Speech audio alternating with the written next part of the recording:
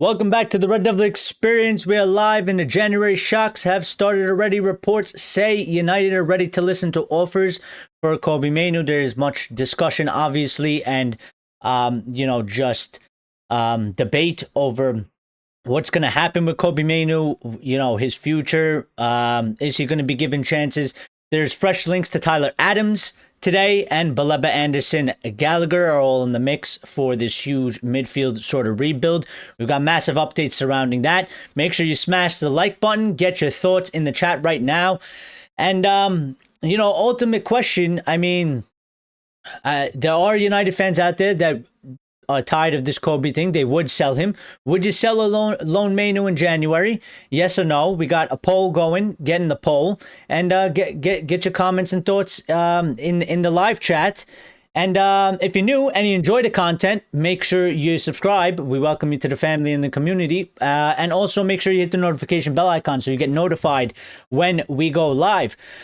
But let's just sort of kick off the show with these updates here in that we've received today from Ben Jacobs and some others. Massive sort of updates surrounding Manchester United and the January window. Obviously, it's still a bit in play in terms of that we don't know exactly how it's going to go. You know what I mean? We don't exactly know how it's going to go. We don't exactly know what Ineos are really going to do. I did say yesterday that Ineos don't really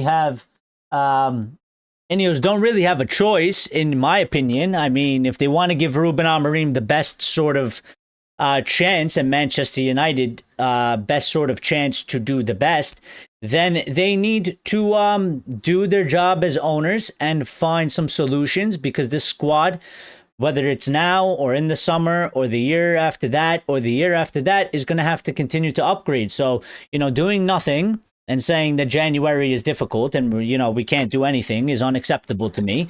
And we've got some massive updates coming today. So yesterday there was a bit of a story. We'll kick off with some light stuff and then we'll get really into the main brunt of the full discussion. So stick around, get involved in the chat. But yesterday there was a story. I didn't really go over it because I thought it was quite nonsense. And honestly, it's a bit stupid. Like the guy is, I think he's like 38, 39 years old. But apparently there was a story yesterday that Manchester United were looking to make contact or have made contact to sign free agent Sergio Ramos. Sergio Ramos is way past his prime. And no, we don't need this.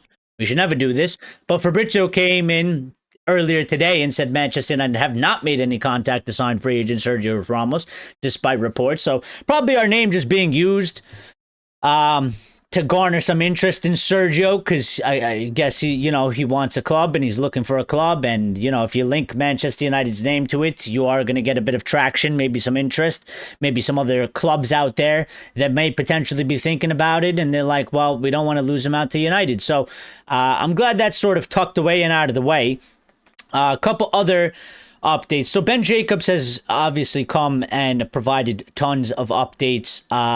He's been on the United stands, but we're going to discuss this. We're going to discuss what he's saying. There's also some other sources besides Ben Jacobs on the United stand that have also reported some big updates surrounding Manchester United in the January plan and sort of the plan in general. Omar Barada has come out. We've gotten some finances as well, some finance talk from Barada. I'm going to break those down for the people that want to, are not finance experts. I'm not a finance expert, but I went ahead and did a little bit of, sort of breaking it down into English for the regular fans so we can understand what the hell they're talking about. And then I have my 2 cents on that as well. But one of the updates that we got, and this is a lot has to do with the midfield, so it's kind of going to go a little bit all over the place. But one of the updates from Ben Jacobs is that the feeling from within United is that Carlos Baleba will pick the club as his preferred destination, which is Manchester United. There's some optimism that he will say the same thing as Cunha and Mbeumo.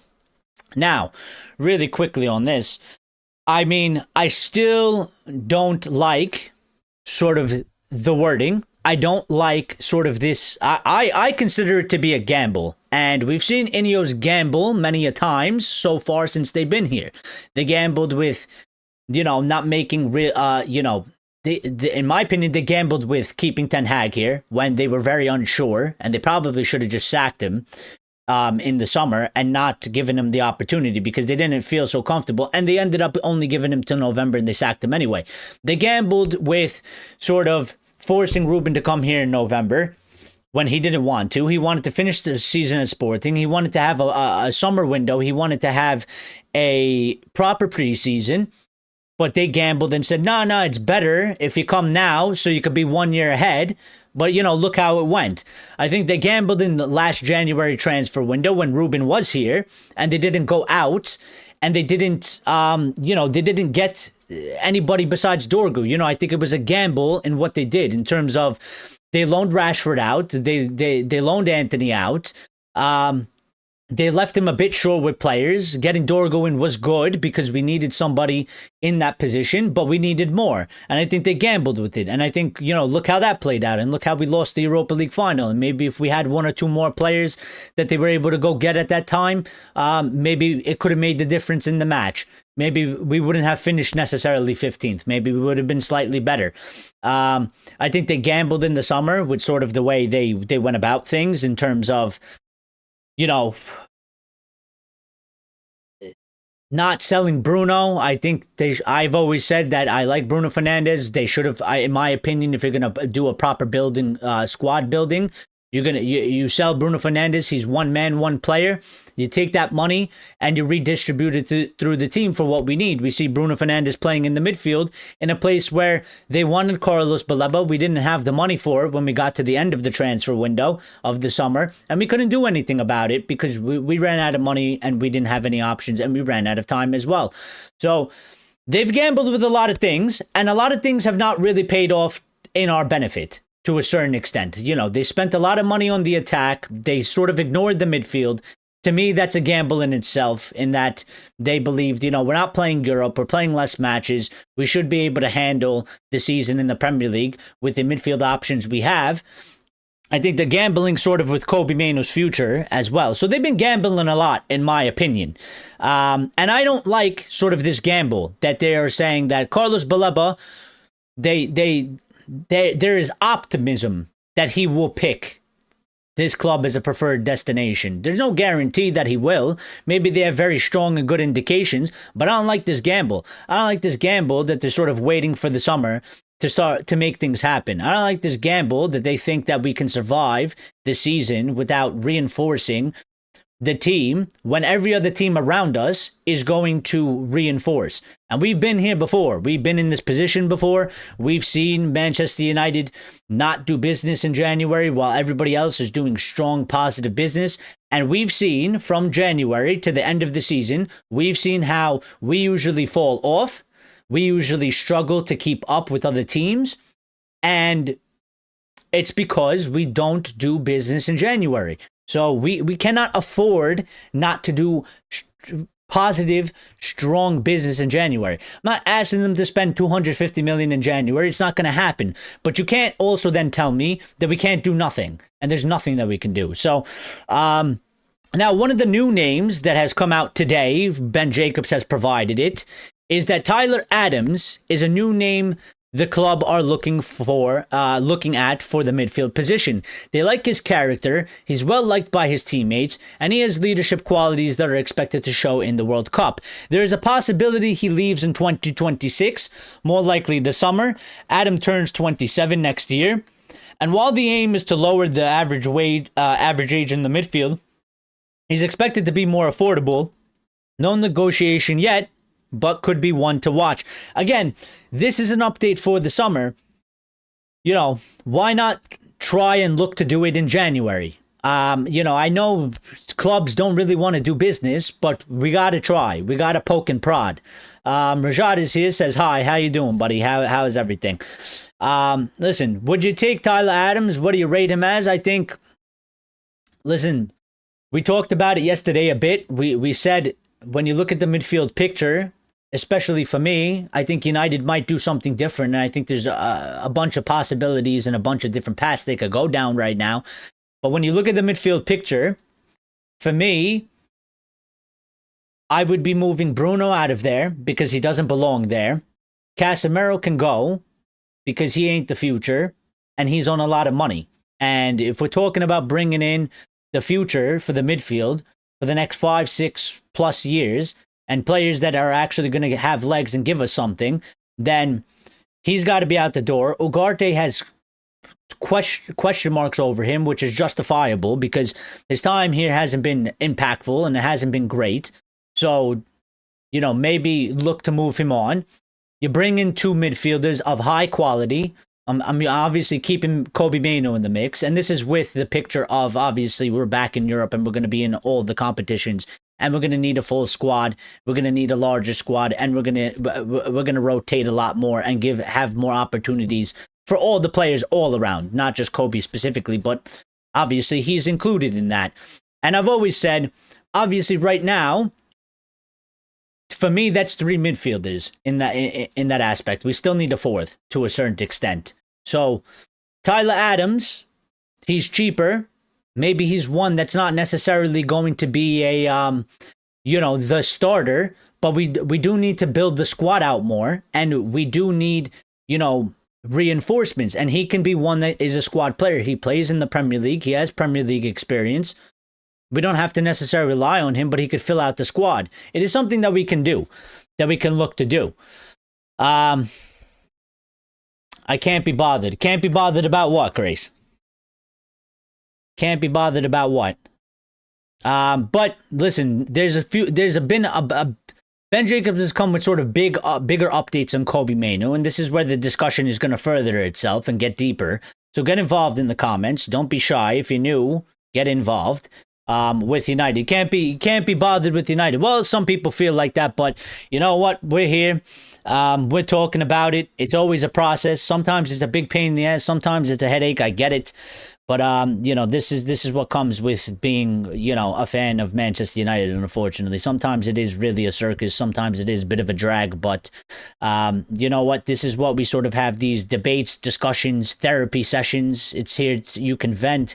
You can, give your thoughts. You can give your opinions. You can do whatever you want here. This is the freedom in the space. So, Lyle's here as well, says, hey, Eric and all you Reds, how you guys doing? So, I'm going to get into the Kobbie Mainoo updates, and then there's some other updates to go along with this afterwards, but Ben Jacobs obviously coming out today saying United are still hoping Kobbie Mainoo can become a valuable player and force himself into the team over the Christmas/New Year period. This upcoming month with more fixtures is important for him. He also then went on to say, on one area that's being worked on with Kobbie is his ability to get into the right spaces to win the ball quickly. Amorim wants someone more physical and can go into beast mode we see from a player like Anderson. Ruben appreciates Mainoo's quality on the ball, but he wants safety net midfielders, those who can either be in the right position to stop counterattacks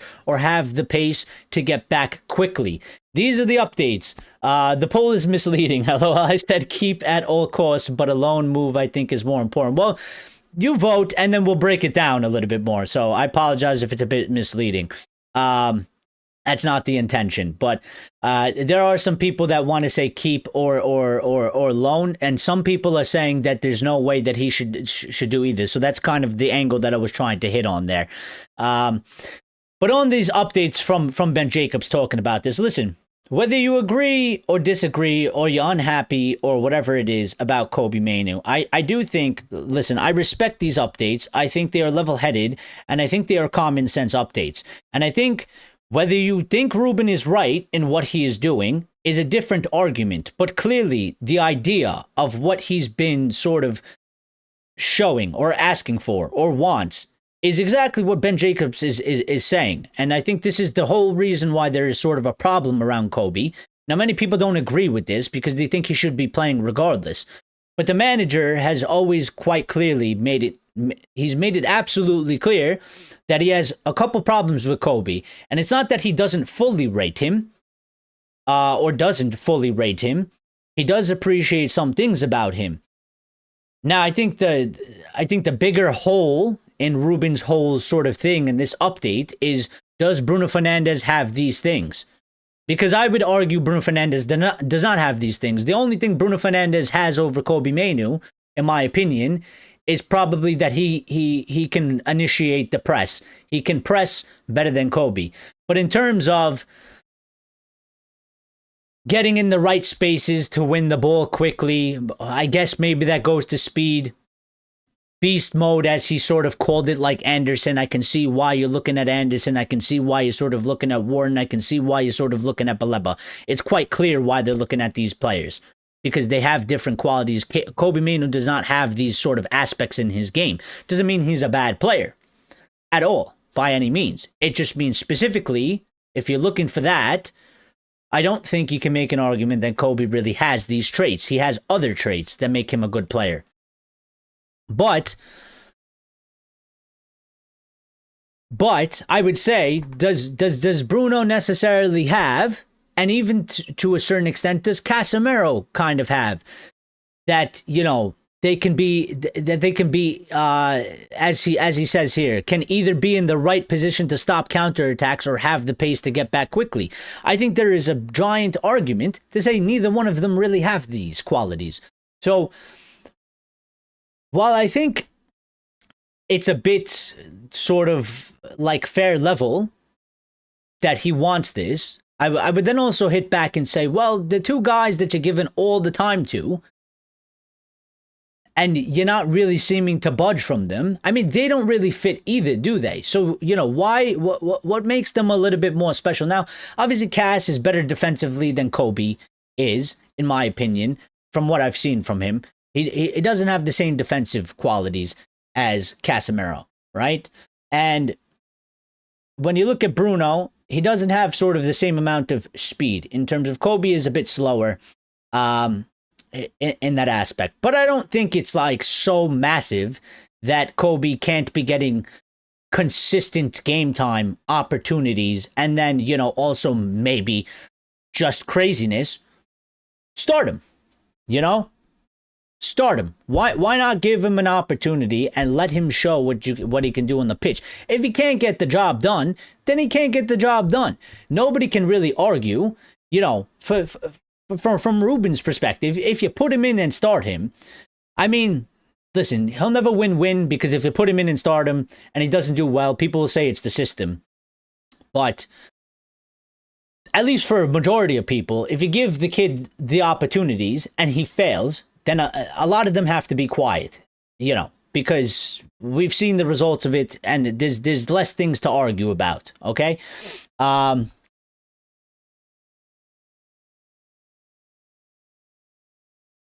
do you mean kind of want to be Nottingham? Axe is here. I don't know what Rajat is talking about. I'm really lost. Oh, I don't get the full chat. Okay. But yeah, on Kobbie, and these are a lot of the updates that we got today. I mean, it's a lot of it is surrounding the midfield. A lot of people have opinions about it. There's been some updates about Conor Gallagher as well. Obviously, one of the other updates that we've gotten surrounding Kobbie is that Napoli remain among the 10 plus clubs. Now it's 10, before it was 12, just to point that out. But before it was 12, now it's 10 plus. Why not just say 12? But Fabrizio is saying this. Napoli remain among the 10 plus clubs.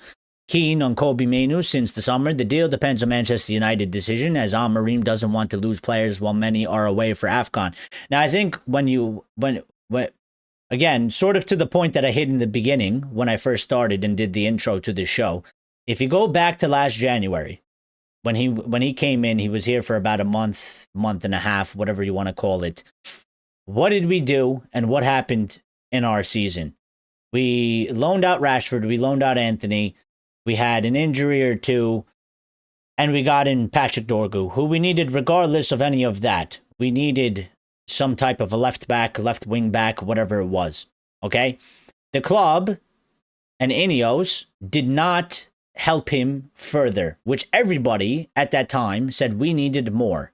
And then we went into the rest of the season playing about 3 matches a week, Thursday, Sunday, which is a very tough schedule as it is by itself.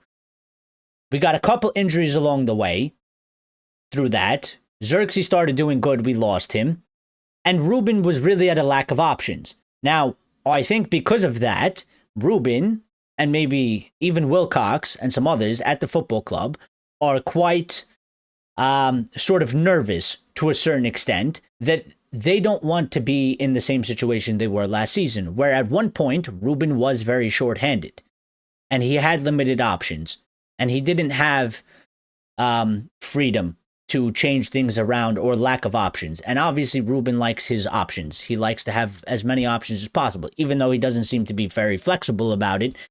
He likes the idea of having an abundance of options rather than being at a lack of options. So I think this whole thing of not letting Xerxes go out on loan when, you know, they always probably knew that he wasn't going to get a lot of time to play this season. The same thing with Kobbie Mainoo is at the detriment of these players because they're looking out in terms of the squad as a whole. And just in case there are injuries or stuff like that, or suspensions or whatever it is, they'd rather have more players than less. And this is, obviously, this picture has been quite painted now. Like, you know, the updates are January, the beginning of January. One of the updates today is it's going to be slow in the beginning. You're going to have to wait for the players to come back from AFCON. They're going to evaluate then. Most of the business, if any of the business is going to be done in the last 2 weeks of January. And this is, I mean, this is what they're telling us. This is what the clear direction is. So, you know, agree, disagree. What do you think should happen?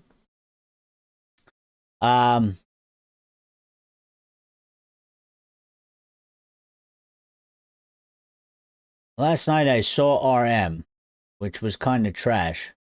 But Carrera, Real Madrid, but Carrera is top class. He kickstarted their first goal and kept City's wingers quiet. He's literally proved he is EPL.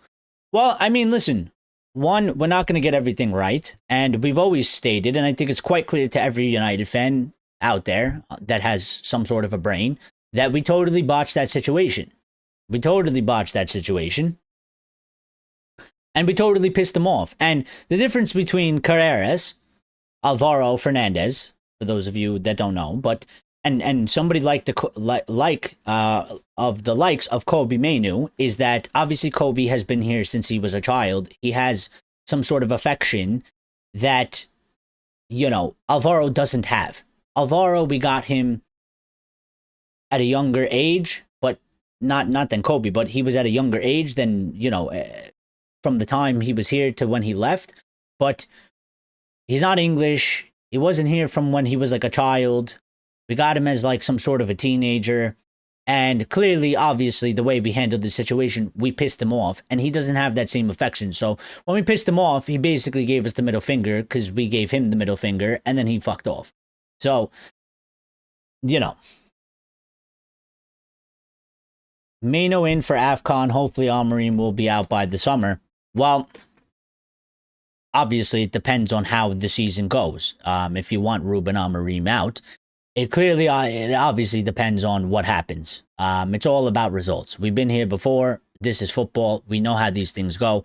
It's all about results at the end of the day. So, I mean, I don't know. I mean, you want him out regardless, but I think it really depends on how the season goes. If he gets us back into Europe and we have a decently good finish, I think many people will not be Ruben out. If he fails to do so and the season is sort of horrible and we have a bad finish, I think many people will want him out. I think it's just that easy. But this is sort of the hope. Yes, Axe. Mainoo in for AFCON. You know, Ben Jacobs sort of providing that and saying that this will sort of maybe be a big opportunity. There seems to be a split in the team. And I've been talking about this because, I mean, if you just keep up to date with what's being told to us, and it's the only thing we can really do because I don't have inside sources. So I'm just like everybody else.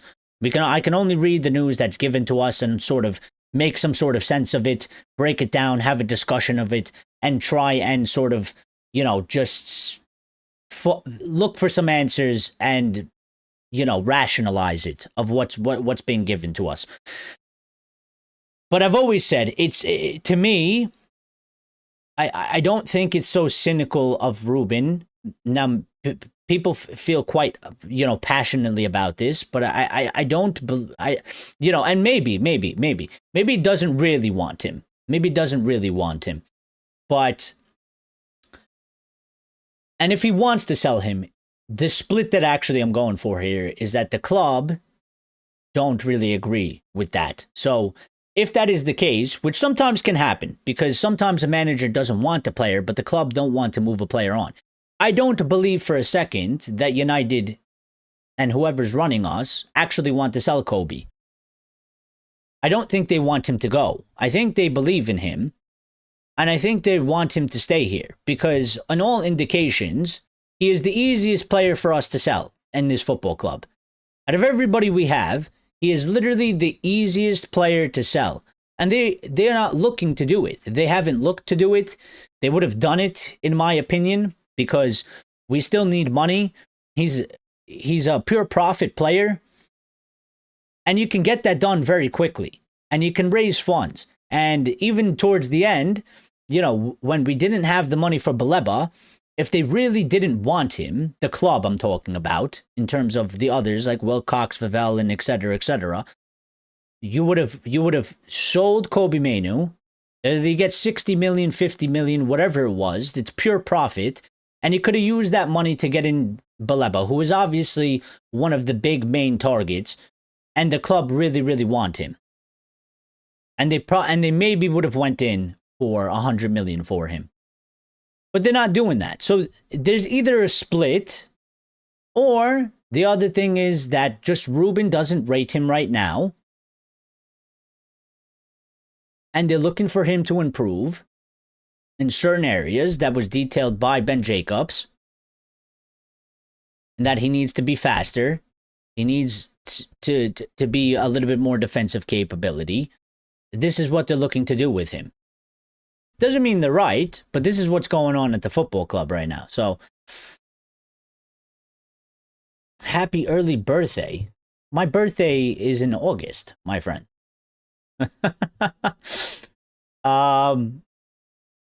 You're a bit late, Rajat, to the party. My birthday already passed, and it ain't for another months now. Rashford back, Amorim out. Well, listen, I tell you again, I mean, you're in territory of, just la la land right now. Rashford ain't coming back regardless of if Ruben is here or not. Okay? If you want to accept it or not, the whole club has made the decision on Marcus Rashford, and they don't want him here. That's it. Rajat says, Anjin, bro. No, absolutely not. Axe says, we can't sell Mainoo. We can't afford to bench him any longer. We need a manager who can fit Bruno and Mainoo together in the same system. We need to win. And for that, we need our best players to work. Well, you know what? I mean, it's a fair opinion. It's a fair opinion. And I don't want to sell Mainoo, and I don't think we should sell Mainoo. But many people have fears that we are going to sell Mainoo. That's why we're talking about it.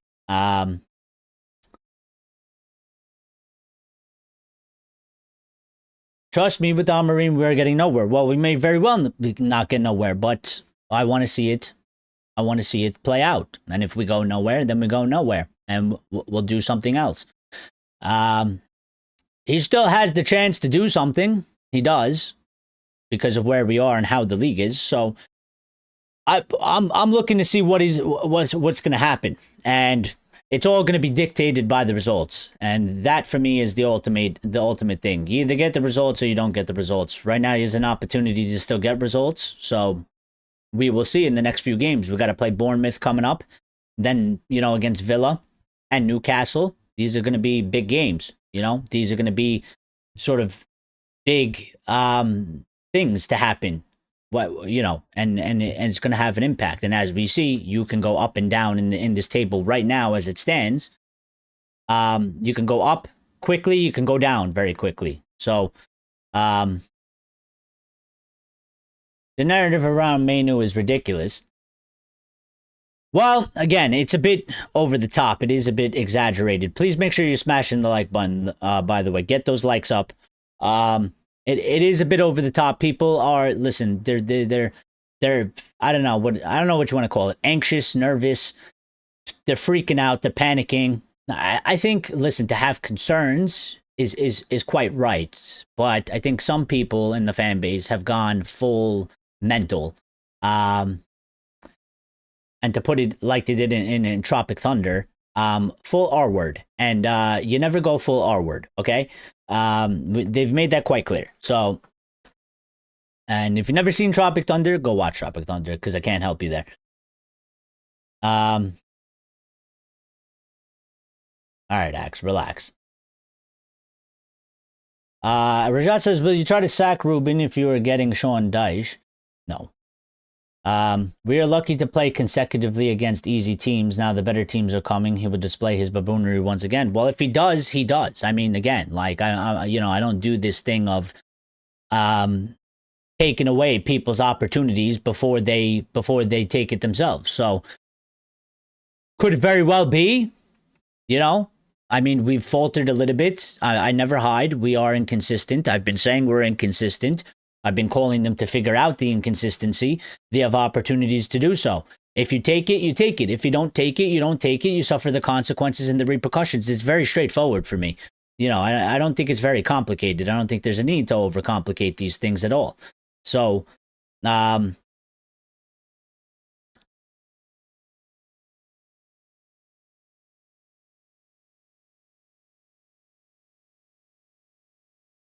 Max, I will tell you, remember, you can call yourself the Typhoon and whatever you want, but Lyle and Grace have the power to stop you from speaking. So you do not have the power in here, okay? The moderators have the power, and I have the power as well. So take it down a notch. Stop being crazy, okay? Because you are ruining the chat for others, and we will not have you disrupt the chat for others. And the show. So, one of the things, I'm going to pivot here real quick, and then I'll pivot back. But, I mean,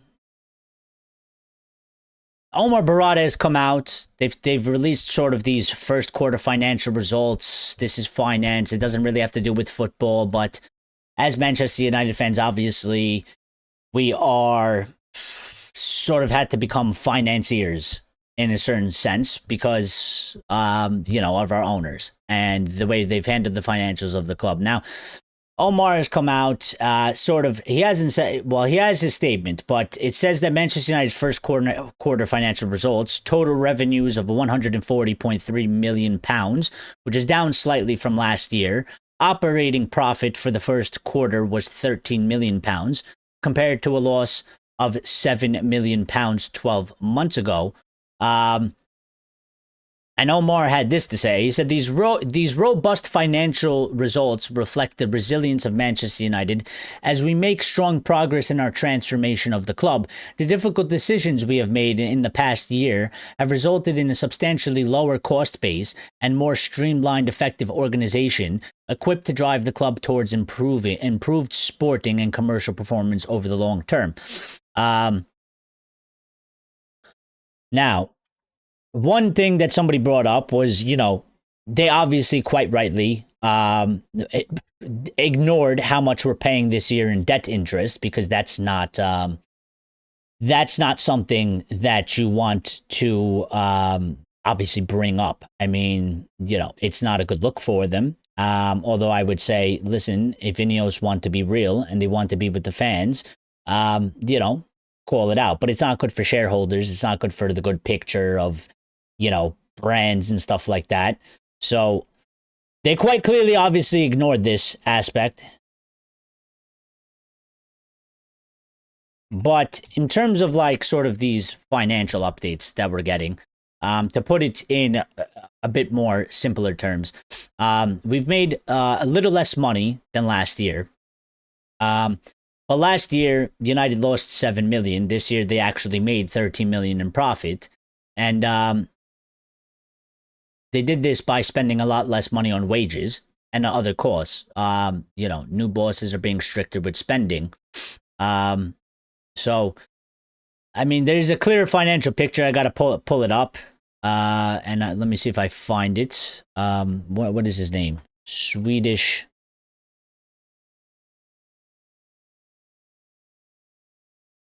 His name is Swedish Ramble. He's very good with Rumble.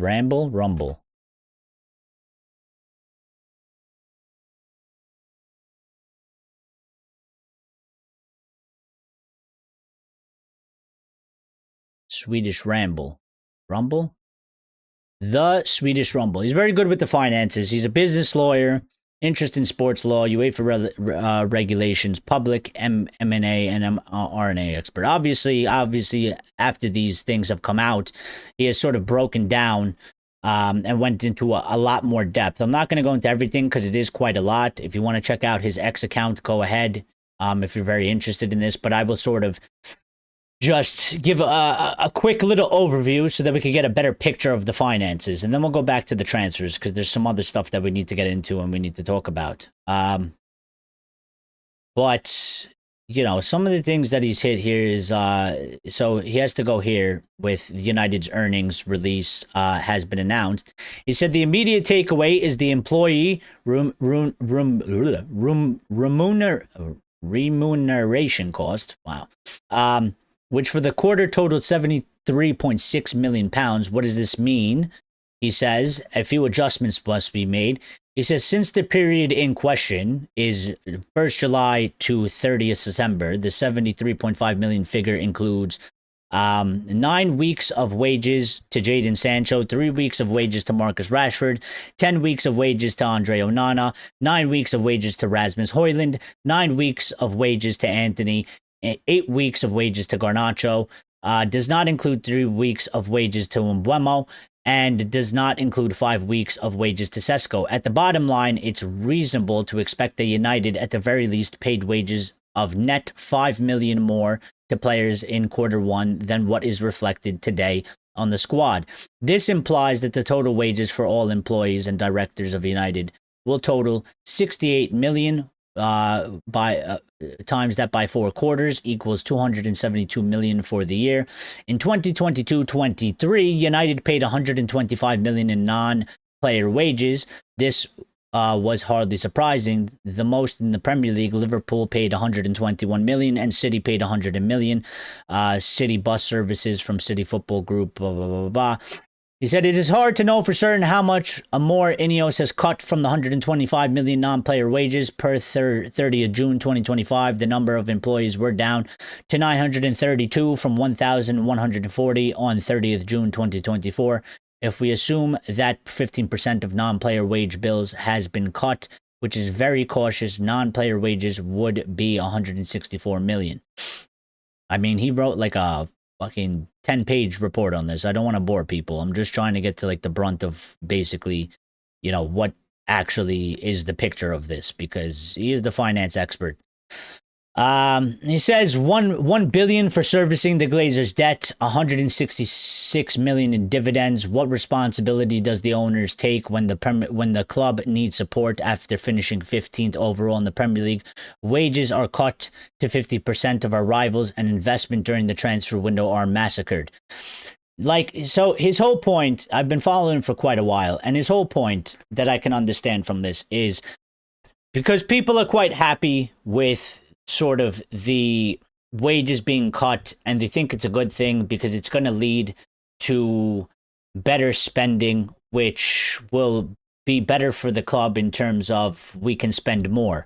But his whole argument is that actually United spending less is not necessarily a good thing because we're heading towards a point where United are cutting down the operating costs so low that we are on level with mid-table clubs. And if you are spending on level with mid-table clubs, how do you expect the club to keep up with the top clubs who are quite obviously spending a lot more?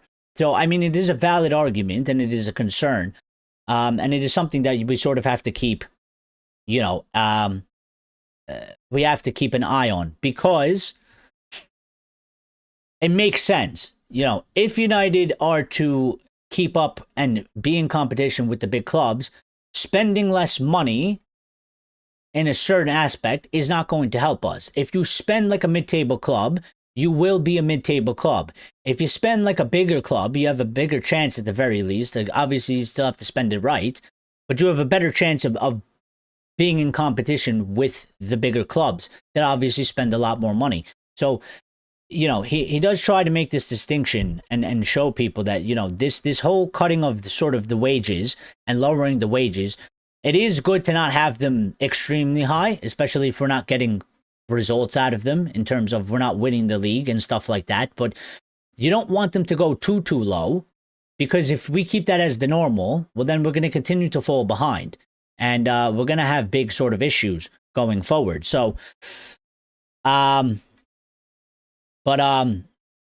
let's switch back to gears a little bit, because, finances is not the most exciting thing to talk about, and people don't really enjoy doing that thing. But it is important that we mention that. I think it is important that we at least discuss it and acknowledge it to a certain extent.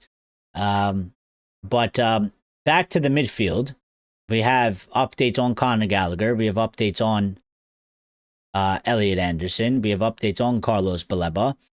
And we have even more updates. So one of the updates, obviously, is Conor Gallagher, who has been talked about getting in as a loan to Manchester United in January. He seems like the only plausible one that we can probably do something with at this moment in time.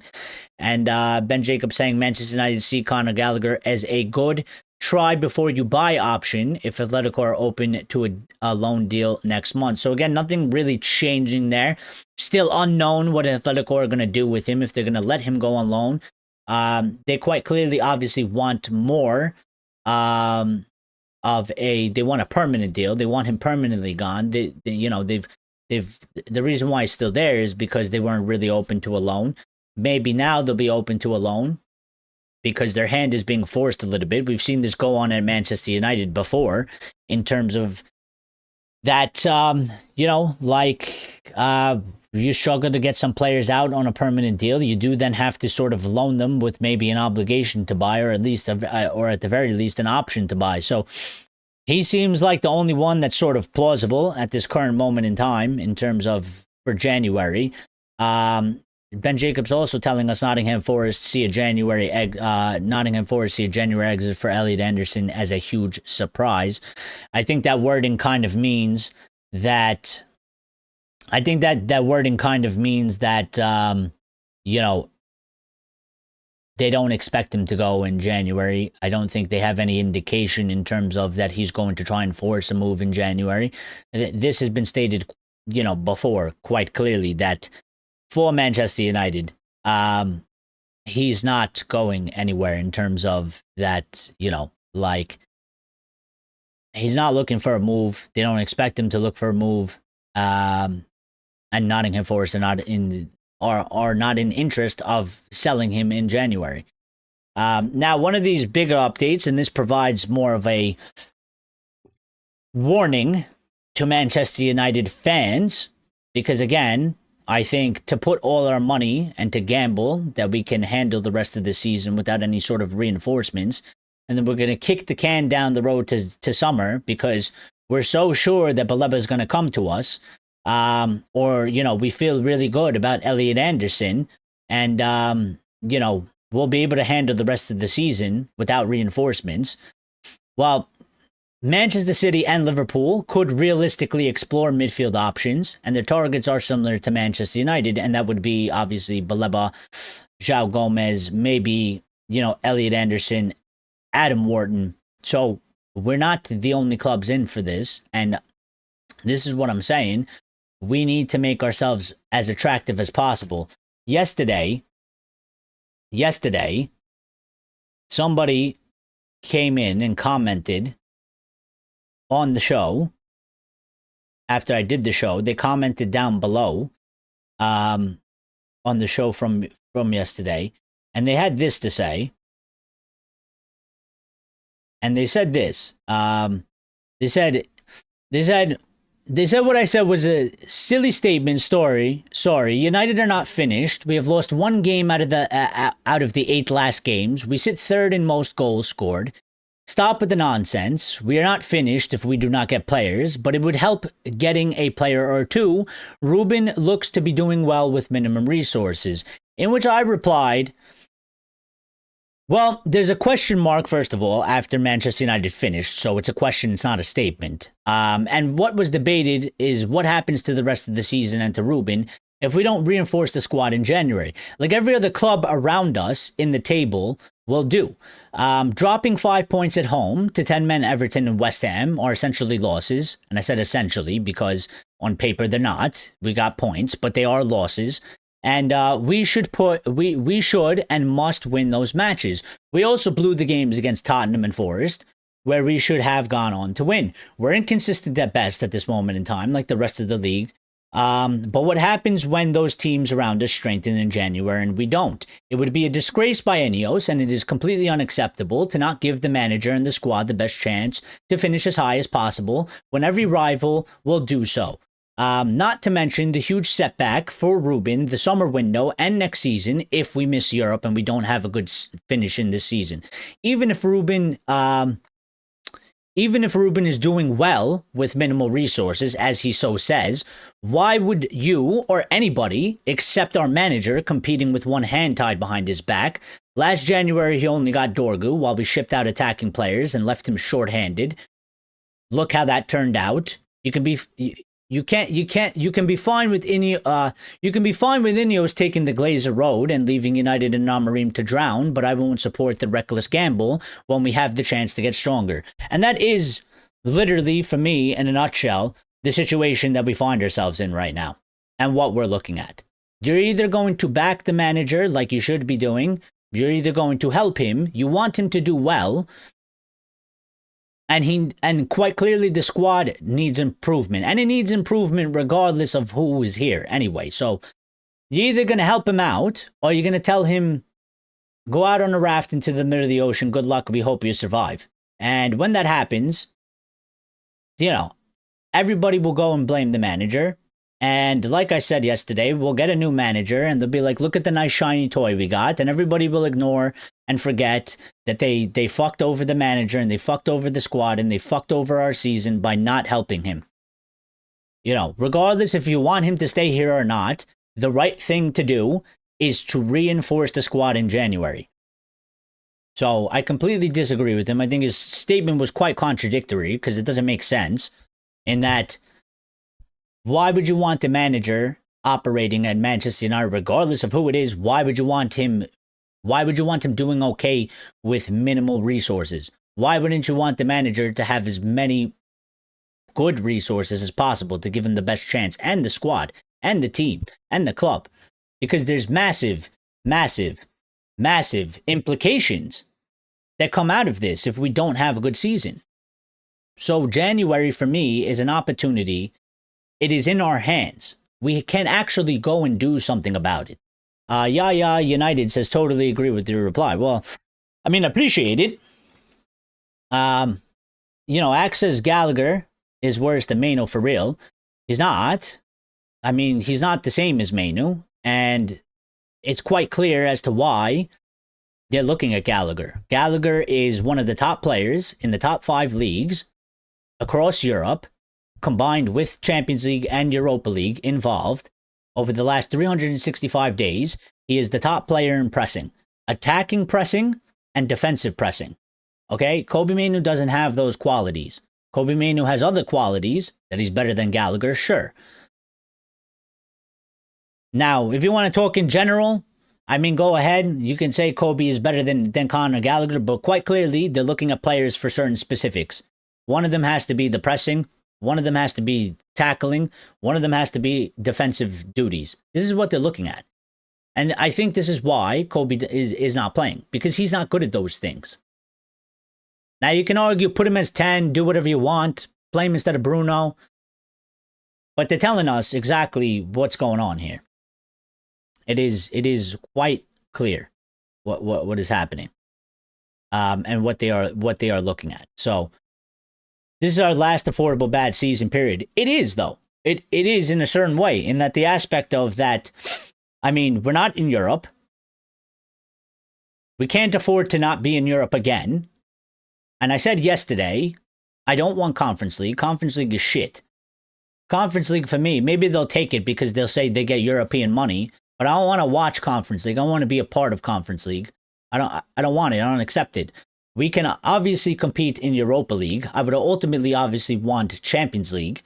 I think Champions League is quite hard and difficult to get, and I would give us the chances of getting it not that high. But the whole point is, you have an opportunity to help the guy that's in charge right now and the team have a stronger possibility of achieving that by getting players in.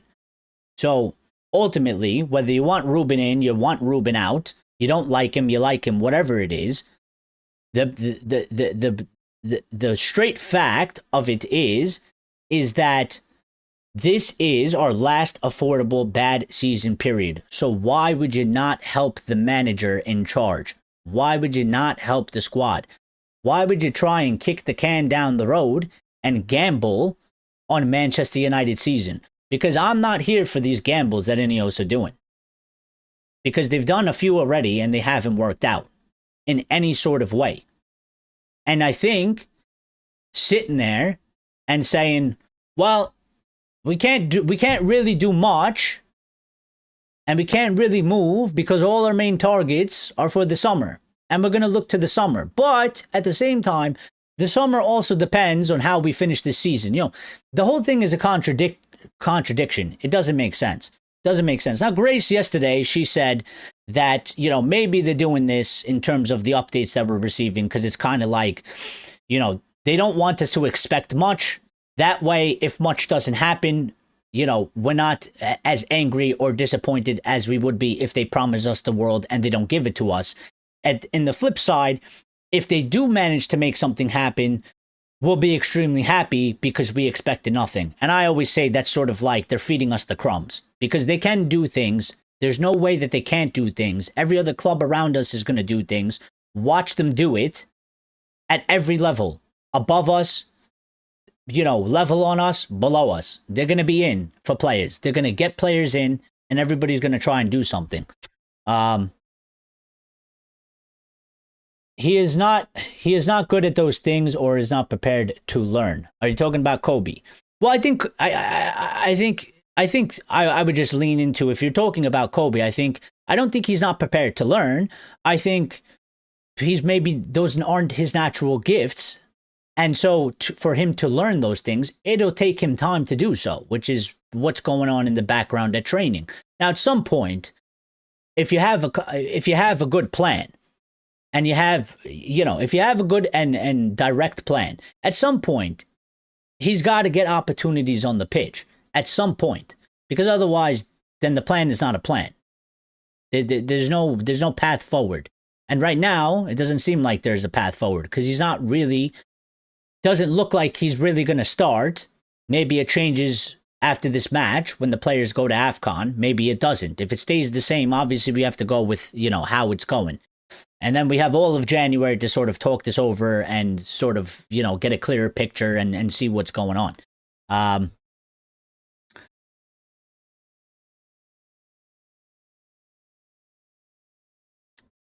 If they don't get a couple of players in January, they will need 6 players in the summer if Bruno goes to Saudi and Cass leaves the club.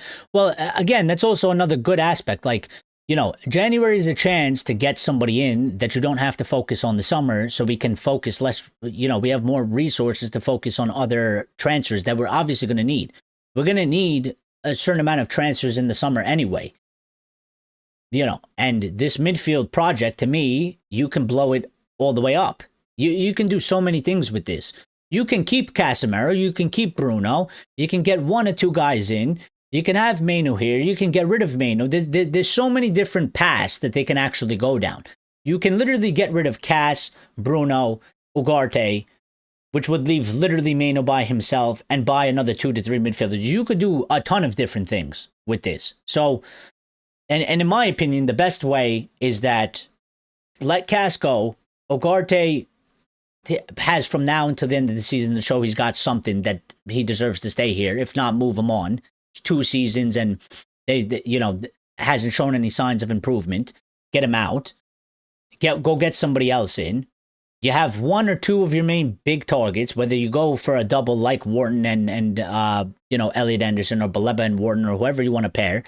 You have Mainoo, and you get somebody else that's going to fill out the rest of the squad. Because again, not everybody's going to be a starter. Not everybody can be a starter.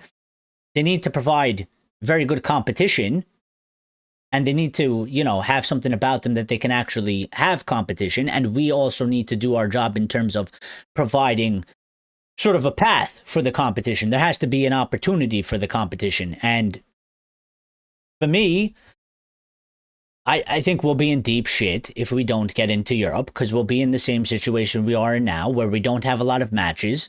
There's not as many opportunities, or there's not a need to actually rotate. And we'll be less attractive.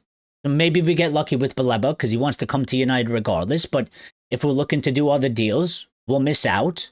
Like how we missed out on some other deals because they want European football or Champions League football, and we can't provide that to them. I think the project is harder to sell to other players because we're not showing some sort of an improvement. So there's a lot of ramifications that come out of this. How can you get, you say stacks on Kobbie if you don't play him? Well, again, there's an aspect, it's twofold. Okay? There's a training aspect, and you need to grow, and there's a point of training. Otherwise, training is, what's the point of training? They shouldn't, listen, I get people don't like it, and I get people are upset by it, but you can't just completely ignore the aspect of training. There's a point to training. Training is the point of that. That's where you improve at least half of your game. The other point, I understand. He does need to get on the pitch. He does need minutes. He needs to play. Right now, he's not getting enough of it. But it is up to them to figure out, are they going to give him more? Can they give him more? And then if they can't, then ultimately, then they have to loan him to get it. If the club want him to stay here, if they like him and they believe him, for the situation that we're in, they only have really two options. Either give him more game time or give him some opportunities to start, which in sense is more game time. And if you can't do that, and you don't feel like you can do that, or Ruben doesn't do that, then the club have to take it upon themselves, because like I've always said, it goes above the manager. If the manager is not using them, there is a hierarchy there that is supposed to look after the club in general, look past the manager into the future, and take care of what's going on at the squad. And if they believe in Kobbie Mainoo and they don't want to sell him, which they don't clearly look like they want to sell him, then loan him out so he can go play. He'll develop for the meantime, and we'll deal with our stuff here, and hopefully we get back into Europe and things go back into like sort of a normal state.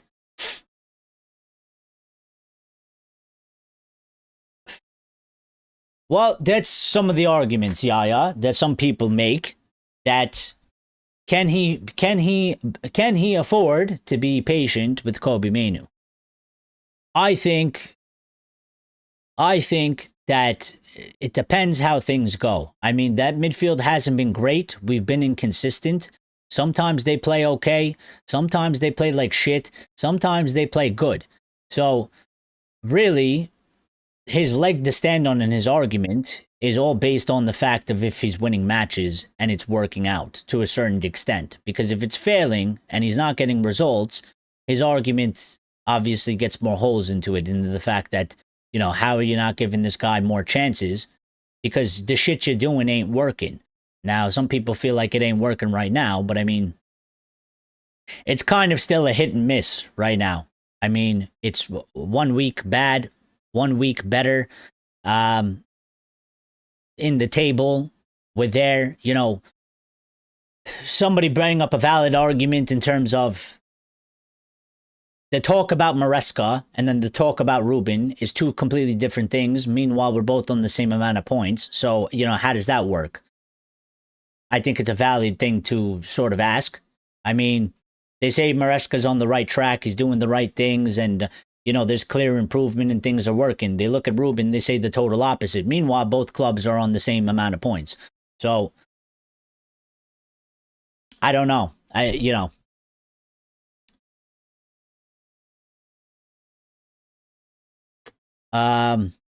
And do you think Gallagher will solve the midfield problems? I think if you bring in Conor Gallagher on loan, it gives us at least a better chance. Will it work? Will it not work? I mean, that's the ultimate question for every player. We don't know. I mean, look at Cunha right now. He's not exactly hitting the highs that everybody was saying he was, and Buemo's been better, but he's had a couple games that aren't good. Sesko struggled a bit to get used to the season. There's no guarantee that any player will actually improve the chances. But well, really, the basis of the argument is I'd rather get Conor Gallagher in and at least have the option, have the chance to see and maybe help us, than sit there and do nothing. And if it allows Kobbie Mainoo to go out on loan, then I think it's sort of a 2-for-1 type of thing. Because if Kobbie doesn't have, if Ruben's not going to give Kobbie like sort of a clearer path and more opportunities, then we're shooting ourselves in the leg all over the place. So if Conor comes in on a loan, I think on a loan is the best thing. I don't think we should be signing him permanently. If we have the option not to do so, we should be getting him on a loan. I don't think getting a guy on loan, it's like test driving a car. There's no hurt. We're not buying it. If it works, it works. If it doesn't, it doesn't. I'd rather do Conor Gallagher than say, well, there's nothing we could have done because Baleba's not available and Warren's not available. We got to do something. Yaya says, sure, you can keep Casse, Ugarte, and Bruno, but where is this open heart surgery everyone was talking about? Total squad revamp does not mean get rid of players like Lindelof, Malacia, and Sancho. Well, the problem, Yaya, that we have is we do need that. We do need that. We've always needed it. We still need it. The problem is the United's sort of situation is a bit confusing. Some people don't believe the things that, you know, the Ineos and obviously the Glazers, and that the club are in bad finances. You have to really like break down the finances to get the clear picture. The finances, we're not finance experts. You know, what is the clear picture? Do we have money? Do we not have money? Because it's quite simple. I mean, if we don't have money, we can't really do the full open heart surgery, can we? In the amount of time that we want it done. So what happens is, and what Ineos have been trying to feed us, and what Ineos have been trying to say, and they've always said this, is that this is a 3 to 4 year process by default. Because United can't move in the way that they desperately need to move, because we are restricted financially, and also we have sort of like bad contracts in some certain aspects, in terms of they wanted money for Casemiro. Nobody's in for Casemiro. You're not going to rip up Casemiro's contract. So what do? You're going to use Casemiro for the remaining time he's here, because to rip up his contract, you have to pay him. We're at a lack of money. You're not going to pay somebody to not have them and get nothing for them. You're going negative. So you can't do that. If you want to like move Luke Shaw on, how do you do that before? When he was never fit, he has a bad injury record, and nobody's really in for him, and nobody's going to pay those wages. So there's certain things at this football club that restrict movement. So, and with our current setup, we can't move the way that all the United fans want, and that we should be able to. Like, we should be able to do this, is the point. But, like Sancho is very difficult to do. Even Marcus Rashford. With Marcus Rashford, the way he played and his bad contract that we gave him with the wages, he's not a very attractive player. And with sort of the aspect of that, he only wanted Barcelona and he didn't really want to look at anywhere else. You know, the power is not in our hands, unfortunately, but that's just the circumstances that we're in. We don't have the ability to force these things to happen. We're trying to make things happen, but we're fighting from a losing position. But this is all from past mistakes that we're still trying to rectify. And with the setup we have, you can only rectify it so much in a certain amount of time with a certain amount of movement. Now, people don't like that. They don't want to accept it. That's fine. But this is the reality we're in. You don't have to. I'm not saying you do. I don't like it either. I would rather have a different approach. I would rather us have unlimited amount of money right now. I'd rather us have no debt. I'd rather us have a completely new owner, not the Glazers, not Ineos. I'd rather have somebody totally different that got rid of the debt and gave us financial freedom and more power to move and do the things that we want to do so that we can, if we need to, cut contracts, kick players out, and do all these things. But we don't have that. So if we don't have that, then we can only do what we got with us right now. Unfortunately. But the concept of a revamp is not, or open heart surgery is not like far-fetched, because in reality, we still need to do this. Like, and this is what I've explained before, and it's in processes. Like, the squad we have now needs improvement. When can we do improvement? January and the summer transfer window. That's the only time we can actually do improvement. And every club does it, and they do it every year, regardless of what their stature is. If they're shit, they try to do better. If they're good, they try to do better. If they're the best, they still go and get new players. It is a constant cycle in football that you go and you buy new players to constantly continue, keep up, grow, improve. So open heart surgery and revamp is at the very basis, when you break it down, it's just a normal cycle of football. We have the squad that's at the level now. When we get to the summer and when we get to January, you should be looking to improve. Bring in better players, remove some of the worst players. You get to the summer, you do the same. You go into next season, hopefully you're having a better season, because this is how you can get better. You go into January, you do the same. You go into next summer, you do the same. And you keep sort of rinse and repeat. That's the only way you're going to elevate yourself. It is a step-by-step sort of process.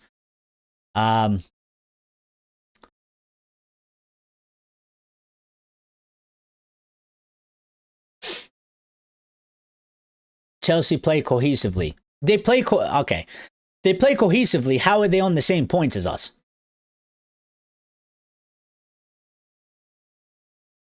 They play so cohesive that they're on the same points as us. I don't know. What does that mean, though? What does that mean? What big indication is that? If they're so cohesive, why do they have the same points as us? Why are they not better than us? Why are they not on more points than us if they're so much more cohesive than us? If Maresca is such a better manager, I mean, I'll put it this way. Chelsea have more money to spend. They have more ability to do things. They can replace whoever the hell they want, like they've done. They've spent a ton of money. They don't have the Glazers as their owners. They don't have Ineos as their owners. So, in all reality, Maresca should be way above us and Chelsea. They should be way above us. They should be way better than us. They should not be tied on points with us at this moment in time. But Maresca is a golden child picked from God himself, and Ruben Amorim is a piece of shit.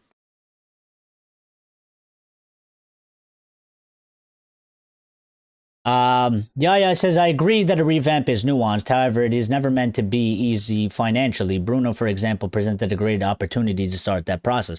Well, I agree. And I always said that for me, if I was in charge at that time, I love Bruno Fernandes. I don't hate Bruno Fernandes. I think Bruno Fernandes has been our best post-Fergie signing in terms of impact. He's been the biggest one, value for money. He's been the best one. And I think he's been very good over the years. And he's not perfect. He's had bad games. Sometimes he's shit. Sometimes he's good. In recent times, it's been more 50-50 than it was in the beginning. But if I was in charge at that time and they came to me with $100 million offer, I'm taking the $100 million because to me, it makes the most sense and sort of, like you said, great opportunity to start that process. I likened it to the same as he could have been our, who was it that Liverpool sold? Rafinha? No. Coutinho. He could have been our Coutinho. That's how I looked at it. He could have been our Coutinho. I viewed it as the same. And I still think it was the same. I still think it was a mistake because if you look at what we did, and this is why I don't agree with sort of this gamble that Ineos might be trying to push us down, in that, yeah, well, don't worry about it. We'll get Baleba in the summer and we'll be way better for next season. And it's like, yeah, but we have a window now and we need help now. And if we don't do good now, just like how we put all our eggs in the basket after the window closed last January, and we're like, Europa League will be our savior, and we failed in the Europa League. I'm looking at this and I'm saying this is the same shit. They're telling us, we can't really do much in January, even though we need it, desperately, because we need the best chance possible. And, we hope we'll have a good finish this season. What do you mean hope? You can't hope, because if we don't, then your plan and the summer plan and next season are just as fucked as what happened when we lost the Europa League. You can't gamble on these things. It's already a risk as to what we're doing. Why would you want to add more risk to it? Why wouldn't you cover yourself so that you have less of a risk and a better chance? It's just fucking, it's quite logical. And I'm cursing because they're pissing me off. Not you guys, not the people asking questions or making comments. To me, it's just so stupid, and it doesn't, from a common sense point of view, it doesn't make sense at all. It really doesn't. On your owner preference, totally agree. That was my hope for the takeover. That was my hope too. I wasn't an Ineos in guy. I wasn't a Sir Jim guy. I was against them. We have them. Too bad. Sometimes shit happens in life that you don't want, and you got to deal with it. So here we are, and here I've been trying to give them an opportunity to prove me and other people wrong. And I have no problem with doing that. Some people don't want to hear it. Some people don't want to deal with it. That's fine. You're your own person. Go ahead and do your own thing.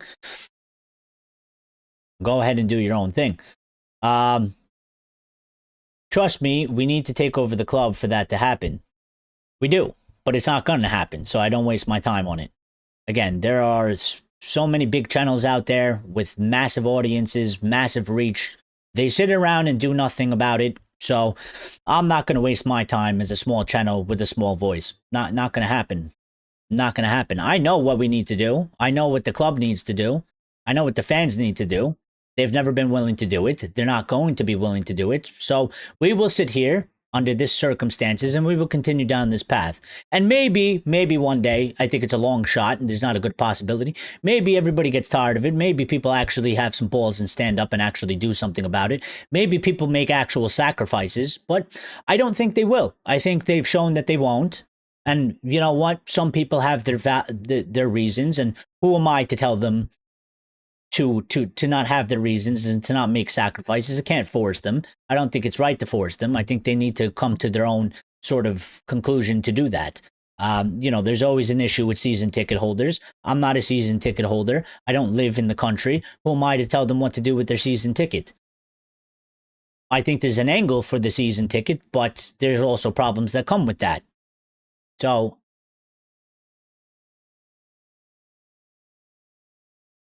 Chelsea have spent way more than us. That's the whole point. I mean, you can try and flip it one way, but I can flip it back around the other way just as easy. Chelsea have spent way more than us. They have way more financial freedom than us.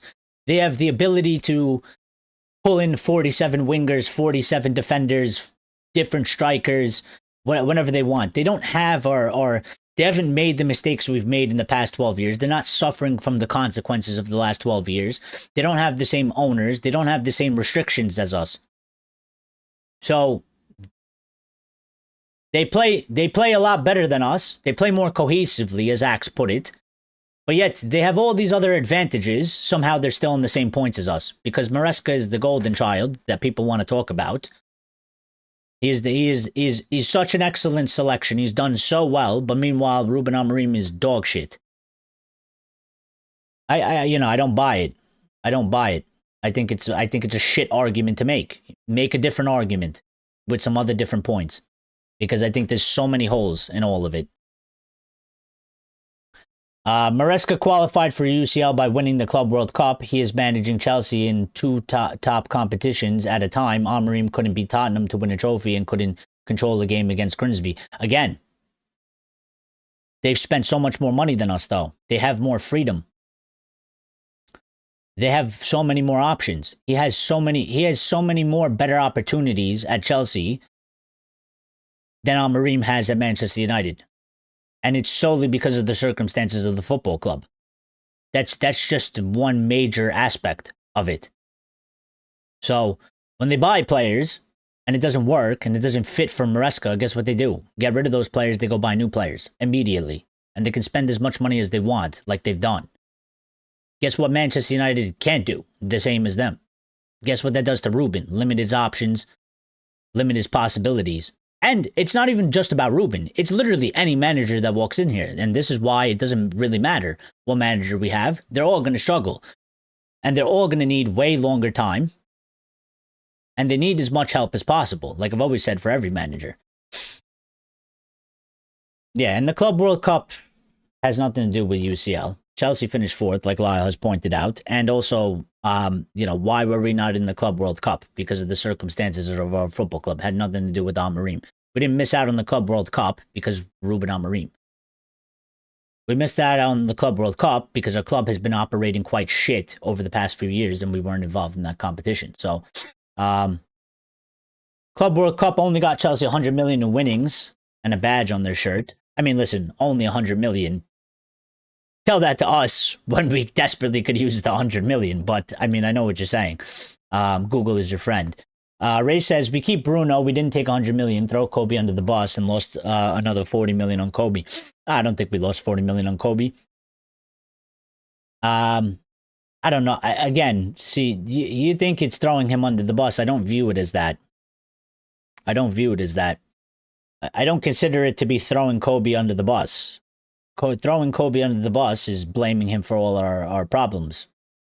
I don't think that's what's happening. I think, again, you don't have to agree with it, but they've made it quite clear that he doesn't think that he can do the job or has the qualities for what he wants in the midfield right now.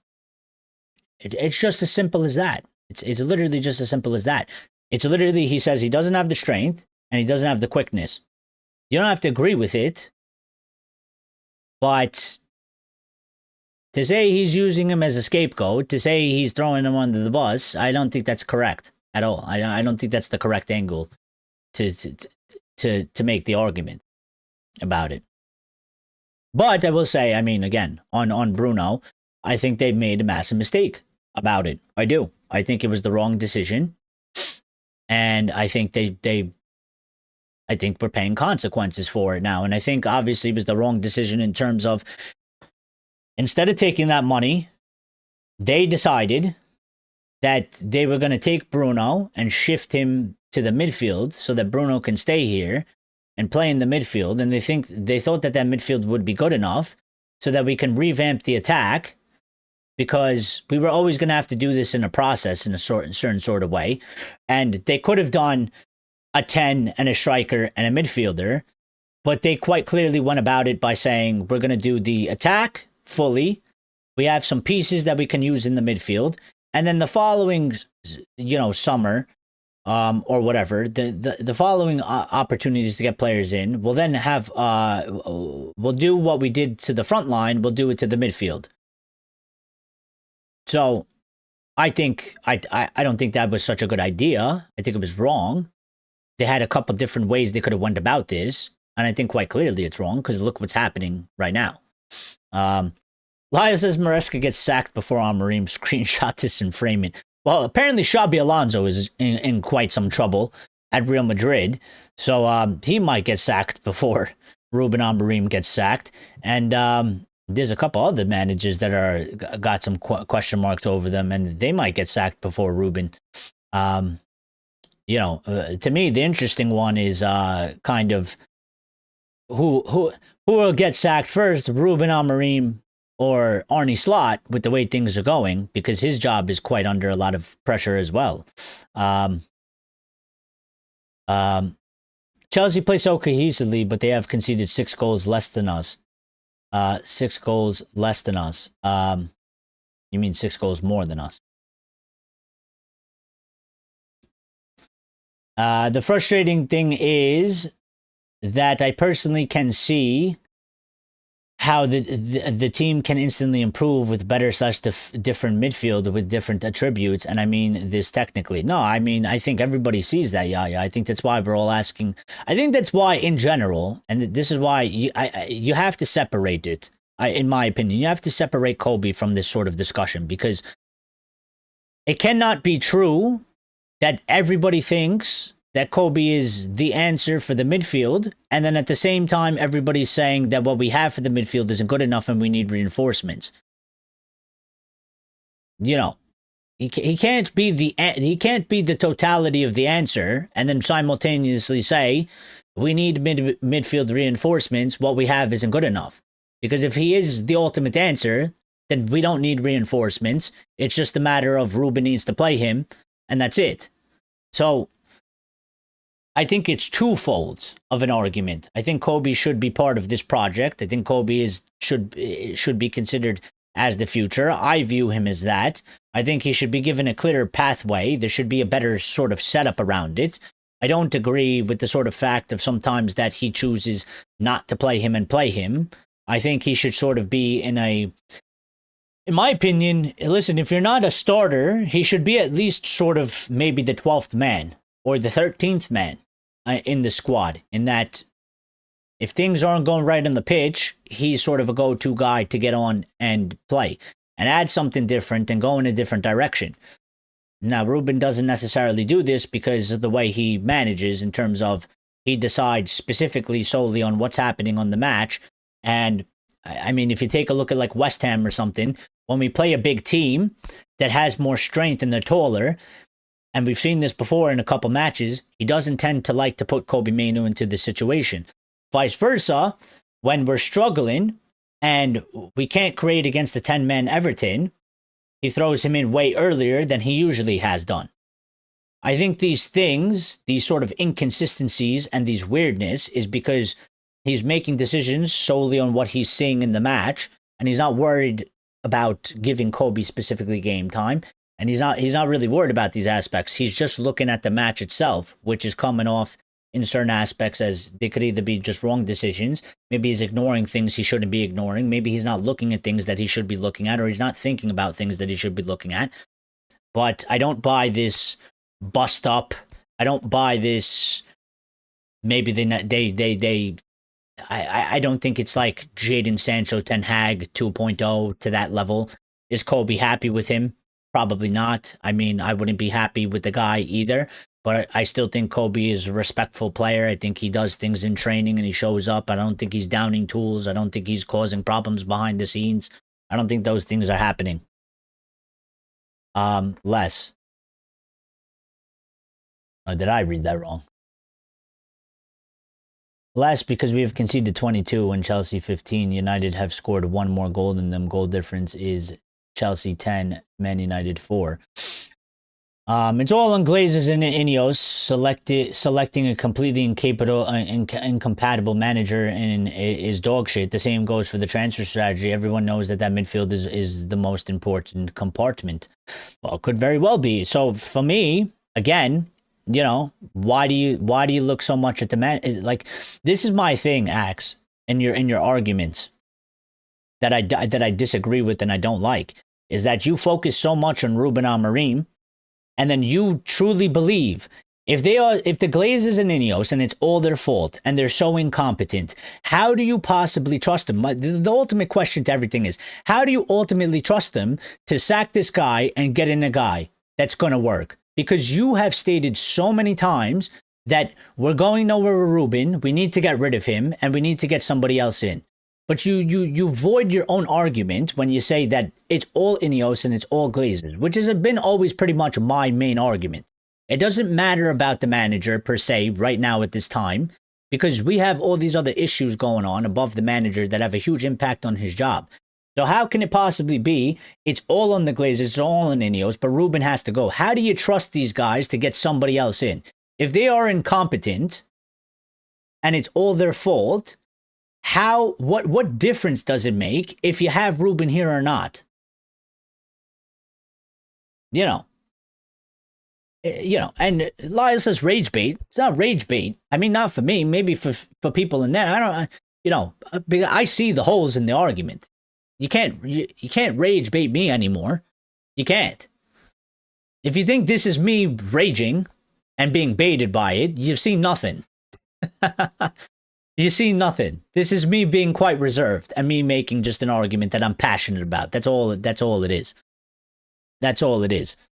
But But yeah, I mean, to me, it does the argument doesn't make sense. It can't be all on them and they're so incompetent. And then meanwhile, Ruben is the shittest manager, and by sacking him, we're going to be so much better because, hello, the incompetent people are still here. They're still going to pick somebody new. They're still going to probably get it wrong if they're that incompetent. They're that bad. So what is the point of sacking the guy? If it really boils down to that, and it is the ultimate fact that it is all their fault, and I think it's mostly their fault, and they're incompetent, they can't do the job, then to me, it doesn't matter if we have Ruben Amorim or a fucking paper bag as a manager.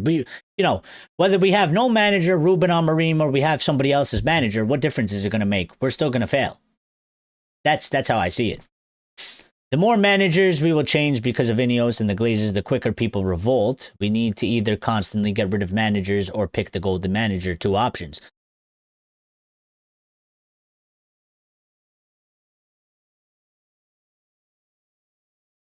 Okay, but I will say, ultimately, if you want Manchester United to do well, if we keep picking the wrong manager and sacking them, regardless of if we revolt, we're going to fall further behind. And even if we do revolt, and even if they do leave, by the time that actually happens, which again, I think you grossly underestimate the Glazers. Because forget Ineos, I think you grossly I think people underestimate the Glazers. Do deep research into the Glazers. Look into what kind of people they are. Look at how they operate. I don't believe for a second the Glazers.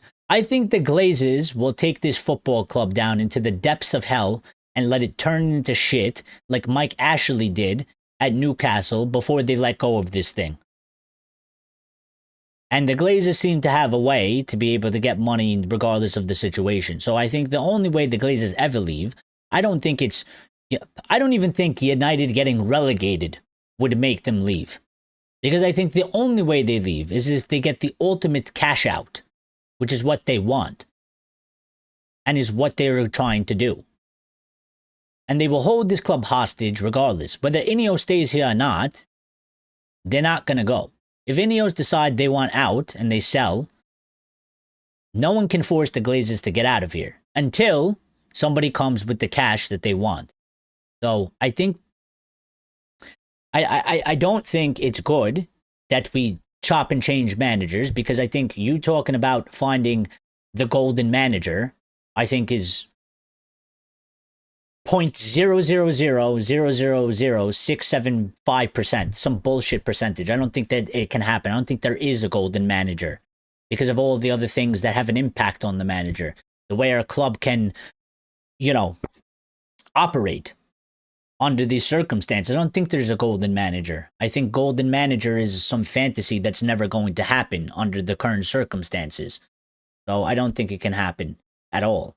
And, chopping and changing is going to set us further back. So I think, personally, I think it's going to do a lot more damage. And even if they do go, we're going to be so much further behind that the process to go forward is going to be much more difficult than it already is now. So I actually think I think that's a lose-lose. I don't think we win from that. Remember, Eric, it's so easy to get rid of everybody. Owner, staff, managers, players. It's so easy. Yeah, it's easy. I mean, all we have to do is a revolution. All we got to do is revolt. It's a good plan. There's a lot of detail behind it. Sounds structurally well. We haven't tried to do anything like that over the past 20 years or anything. There hasn't been groups of fans, protests, or anything like that. We haven't tried any of that. We should probably try it. Maybe we should do it. Maybe one day. If we feel like it. But we'll wait. Might as well. Why not? There's no point.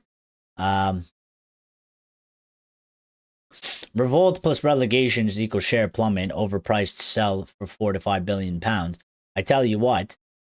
Again, I think you grossly underestimate the Glazers. Number one, they'll never let that happen.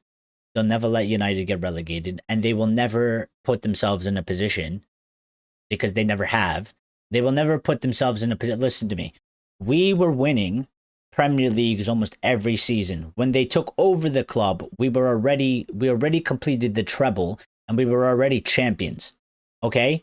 They bought this club when it was already at its height. After that, and after Sir Alex, they have brought this club to its modern all-time low.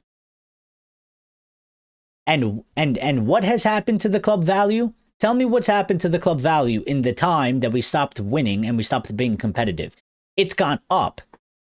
So clearly they know what they're doing. Clearly they are smart, and it will never happen. They will never sell the, even if we get relegated, they won't sell this football club, because for them, they believe they can get 8 to 10 billion. And if they're not going to get 8 to 10 billion, they will not sell this football club, because for them, it is a loss. Everybody else in the world, normal people, will say you paid nothing for it, and anything you get is a profit. But that's not how they think. That's not how they operated. They've never operated like that. They will never operate like that. These are business people, and greedy ones at that. You know, some business people aren't as greedy as some other business people, but these are probably the most greediest people on the planet. For them to sell the club at 6 billion when they view it as 8 billion is a loss to them. So you have to understand how they look at it. Okay? They're not looking at how you're looking at it. They're not doing it the way you're looking to do it. They're looking at it in their own way. And quite clearly, as much as I hate them, and as much as I wish they leave our football club, they clearly obviously know what they're doing, because even when we're shit and we've been bad, they continue to make more and more money off of us, and the value of the club continues to increase. Now, as a regular person, a common man, a regular everyday person, you sit here and you say common sense wise, I mean, if you have a business, because that's what it is to them, if you have a business and the business ain't doing so good, the value of the club, the value of the business should go down, and therefore it should cost less money, because it's not hitting the heights of the business. It's not being successful. You know, it's like Apple to a certain extent. But they have things that go in their favor. We are a brand. We have millions of fans. People keep them in here with money and brand deals. They have tons of connections behind closed doors. You don't even know what they do, because you don't really see them in public. You don't know anything that they do. Nothing that they do is publicly reported. They are a complete mystery. They are a shadow behind doors. Except for the one time where they go to some sort of meeting or some sort of, billionaire hierarchy meeting or whatever, and they get caught in the street. They don't speak to the media. You don't get any reports of their financial dealings. The only reason why we know anything about financials is because they are required by law to publicly state these things, because they have to, because it's on the New York Stock Exchange. By revolt, I mean we go and put them out. Yeah, so tell me how the green and gold, the protests, tell me how that went for us, Axe. Tell me how that went for us. Tell me how you go and put them out. Again, you say things, but there's no plan behind it. There's no realism behind it. It's never going to happen. I'm sorry, but you live in a fairy tale land. There's no concrete plan. There's no concrete chance of that ever happening. If you actually did some research into how the Glazers are as people, and what actually needs to happen at this football club, and how they're actually going to leave this football club, you would understand the picture quite clearly, that what you're saying is nonsense. It is. Look at the aspect of the fans, look at the money, look at the Glazers. Think about it realistically. The fans are never coming together. They haven't before. They're not going to. The only time they did it was when it was COVID. Everybody was in their house. Everybody was pissed that they were locked in their house, and they tried to take us into the Super League. And we canceled matches and they shit themselves. That's never going to happen again. Not even if we get relegated, that's going to happen again. It won't happen. The fan base can't agree with each other. It's never going to happen. It's never going to happen. Wait and check the shares if relegation happens. Okay, and what I'm telling you is when the shares go down, if they won't sell the football club now, when the shares are the highest in terms of price, because they just inflated the shit out of it, if they don't sell it now, you think that these business people, these greedy business people, you think that they're going to sell the shares when it's astronomically lower? No, they're going to hold on to it and they're going to try and get it back up. These guys have connections to the wealthiest people in the world. Banks, Rothschilds, stuff like that. You highly underestimate these guys. They are not normal billionaires. They are not. They are not. They've never been. Everything that they've done in their business dealings as a family, they are, as much as I hate them, I have to give them credit. They are brilliant in what they do. They are. From a business aspect, they are absolutely brilliant. There has been nobody in the history of business that has pulled off the likes of what they have pulled off. And it's not even just at United. What they did at the Tampa Bay Buccaneers, the NFL team, they did the same. And every other business dealing they have, they are, quite rightly, they've been unstoppable. And they've been unbeatable. And it's just a fact. It's just a fact. This is not some small country where you can team up with an army and drive out your president. It's a business and we are the customer. Boycott, fine. Fans are not the only source of revenue. It's not the only source of revenue, but I mean, if you just look at sort of the aspect, listen, one of the big things is what you need, what you would need to do is empty the stadiums, and you need people to give up their season tickets, and you need people around the world to stop tuning into the games, stop buying merch. How are you going to get hundreds and hundreds of millions of people to do that? Because there is nobody that is going to be the leader of this movement. This fan base is too divisive. If Mark Goldbridge tries to do it, with all his reach, people are going to be like, fuck you, Mark, we don't like you, shut the fuck up. If somebody else tries to do it, they're racist or they're this and that. And now I'm just being 100% real without a filter, okay? I tried to be, not so savage about it, but this is the truth. This is the truth. If somebody tries to do it, there's going to be a section of the fan base that is going to tell the other people to fuck right off. And we're not following you, we're not listening to you, and they're going to do, because I've seen it. I've been there. Axe is talking from a perspective of where I talked about it 7 years ago, 6 years ago, 5 years ago. I was there. I watched all this go down. I was heavily involved in the campaigns online, trying to boycott the Glazers, I emailed Adidas, I emailed our sponsors every fucking day. I was there. I was part of it. I went on social media every single day, boycotting these guys. No, I can't be the leader. I can't be the leader. You want to know why I can't be the leader? I don't have the voice. And second of all, I'm in America. And you know what's going to happen? There's going to be a section of United fans out there, whether you want to admit it or not. There's going to be a section of United fans out there. Even if I amass the power, they're going to tell me to go fuck myself because I'm American. I don't live in Manchester, and I'm not a born and bred Mancunian, okay? So our club is in the state it's in because we can never figure out how to actually come together, and it's not going to happen. And then even if we do come together, the Glazers are still the Glazers. So this is the only discussion we're ever going to talk about it again. And if you want to talk nonsense, I'm telling you now, I'm just going to ignore you, okay? But there are people like you out there that believe that we can do this, and it's not possible. It isn't. And it's so far against us that I don't really know what to tell you other than that. I don't even think the Glazers are smart. You don't think they're smart. Maybe they pay smart people to help them, but regardless, we need to stop funding them, all of us, yes. And I'm telling you, that's not going to happen. I was there at the height of it. I was there when we had the opportunities to do it. And we didn't do it. This fan base didn't do it. People around the world will buy the merch. People around the world will go to Old Trafford. This is one of the things. I used to have a problem with the season ticket holders. And I used to argue with many of them on social media. And I used to call them out. And I used to say that they're fucking disgraces because they wouldn't stop going to the matches until they made a very good point that there are so many people that even if you had all the people give up their season tickets, right? And listen, some of them I didn't realize that it ran like this, but some of them have had these season tickets for generations through their family, okay? And it means something to them. And who am I to tell them to give that up?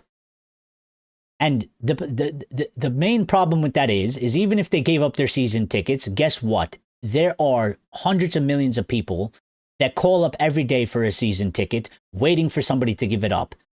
So you get rid of all the people that have the season tickets now. They discontinue them. They don't buy them. They don't go into the stadium. Guess what's happening? They're all being replaced. The club knows this. The Glazers know this. They've been known this. It's why they don't worry about anything. It's why they don't sweat anything. It's why they don't have any problems. They know. They know. There are an endless amount of people trying to spend money on Manchester United. It will never run out. Not even if we get relegated will it run out. Manchester United boasts a massive, unparalleled global fan base, claiming over 1 billion followers and being the world's most popular football club by reach. How, Sway? Keep dreaming. And this is just the point, you know. And I'm having this conversation because while he's the only one in here saying it, there's so many people out there. Listen, there's so many people out there that think certain things, but this is the reality of the situation that our football club is in. This is why we are where we are, and this is why I can only say I hope one day the Glazers decide to sell the football club, because that's the only way they'll ever leave. Whether you like it or not, they have us by the balls. We are at their mercy, and until they decide to relinquish us, nothing is ever going to happen. You know, Lucky says Glazers out. Fan wants more club European again. Lucky says that's why I don't go to games since Jose Mourinho canceled MUTV brands. Well, listen, if people do that, you know, listen, good for you. And I support you on doing that. And I wish more people would do it. And I wish more people would understand the concept of not having such an individual mentality about it. But at the end of the day, you can't force people to do things. You're not going to get them to change their way of thinking by screaming at them, shouting at them, belittling them, calling them fucking idiots or morons and stuff like that. It's not going to happen. All it does is cause more divisiveness, hate, anger, resentment. I've seen it. I've seen it all. I've seen it all, okay? I'm telling you, I was there. I was there in the whole thing. You know, I was with these people in the social media campaigns, emailing, doing social media posts, hashtags, going on all the brands, Adidas, whoever it was that we had at the time, going under all their social media posts, you know, sending out mass emails. I was there. I was there. I backed all the people that were green and gold. I backed all the protests in terms of not going into the stadium. They don't work. If they worked, you know, they would have worked. Like, they don't work. They don't work. We tried. That's why you don't see protests. Because people have given up. Because people, whether they want to admit it or not, people have given up. Because the opportunity was there for when the Glazers were potentially looking for a sale. And that was the moment in time that we needed to put maximum pressure on them. But we did not. What did we do? The fans kept going to the game. The fans kept buying the merch. The fans kept tuning in to, and I'm part of this. I watched the games as well, but there was no movement to stop it. There was no rally to do it. People just kind of sat there and said, well, the Glazers are selling. We should be all right. And we kind of just sat there waiting for Qatar to buy it because everybody expected Qatar was going to do it because Qatar had the most money. And clearly they're going to give us the Glazers the most money. So the Glazers should be gone. And what happened? We got completely fucked, didn't we? We got completely fucked because Qatar didn't buy the club. We now still have the Glazers and we have Ineos, so now we have two owners. I think it's a terrible business. I think it's a terrible ownership model for the club. And we still have all the debts. And we have another guy that's in charge of the football club that's never going to put in all the money because he doesn't own all the clubs, so it doesn't make sense. So what we needed was maximum pressure at the time. We needed to force the Glazers at their hand, but we didn't do it. We missed the opportunity. And I think some fans foolishly thought that, the best possible outcome was going to happen. And when it didn't happen, they realized we're fucked, because that was the opportunity. And they've sort of gotten their escape, or they've gotten their help. And now they're building a new stadium. And that stadium is going to bring in hundreds of millions, if not billions of money. And if you think the Glazers are going to sell this football club before they get maximum amount of money for the freest asset they've ever acquired in their life, and the biggest asset, then I don't know what to tell you. You need to go, read on the internet, do Google searches, go ask ChatGPT why we're fucked, and it'll explain to you why. I only watch games at bars and pubs. But listen, I mean, who are anybody to tell anybody to stop buying merch, to give up your season tickets, to not watch the games? Everybody has a reason. Some of them are sentimental. I used to be that guy. I used to be that guy to call out people and be like, stop buying the merch. Fuck you.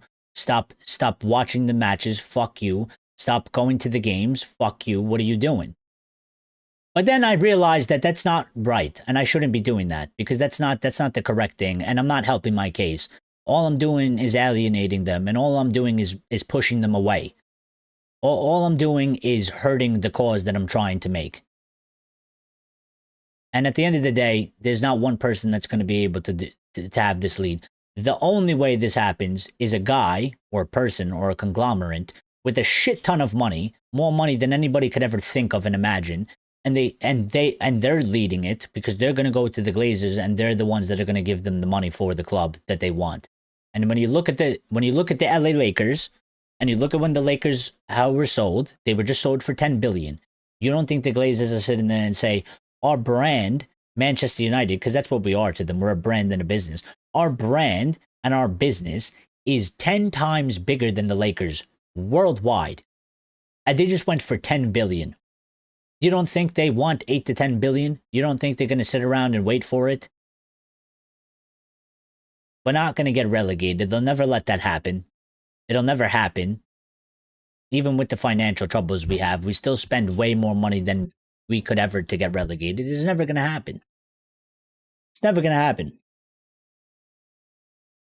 I stopped going to games when Jose was sacked. Yeah, I mean, listen, I feel you. And some people have done that, but unfortunately, Lucky, it's not enough. And it'll never be enough, because there's just too many, It's like, it's like termites or something. I don't know. It's like an infection. It's like an infestation. You get rid of one. People say it's like a cancer, but listen, could be a sensitive topic to some people that have had to deal with that sort of thing in their life, but it is. I mean, you hit one side, there's another side coming to replace that side, so it never really goes anywhere. Because I knew there was a bigger issue culture to the club. Well, listen, I respect it, and anybody that chooses to do that, I respect that wholeheartedly. And even to the point where I will say, thank you for your sacrifice, because I think you're putting something that you quite clearly love, because people love to go to the games. They want to enjoy our football club. They want to watch our team. They enjoy this, and some people don't have a lot of good things in their life.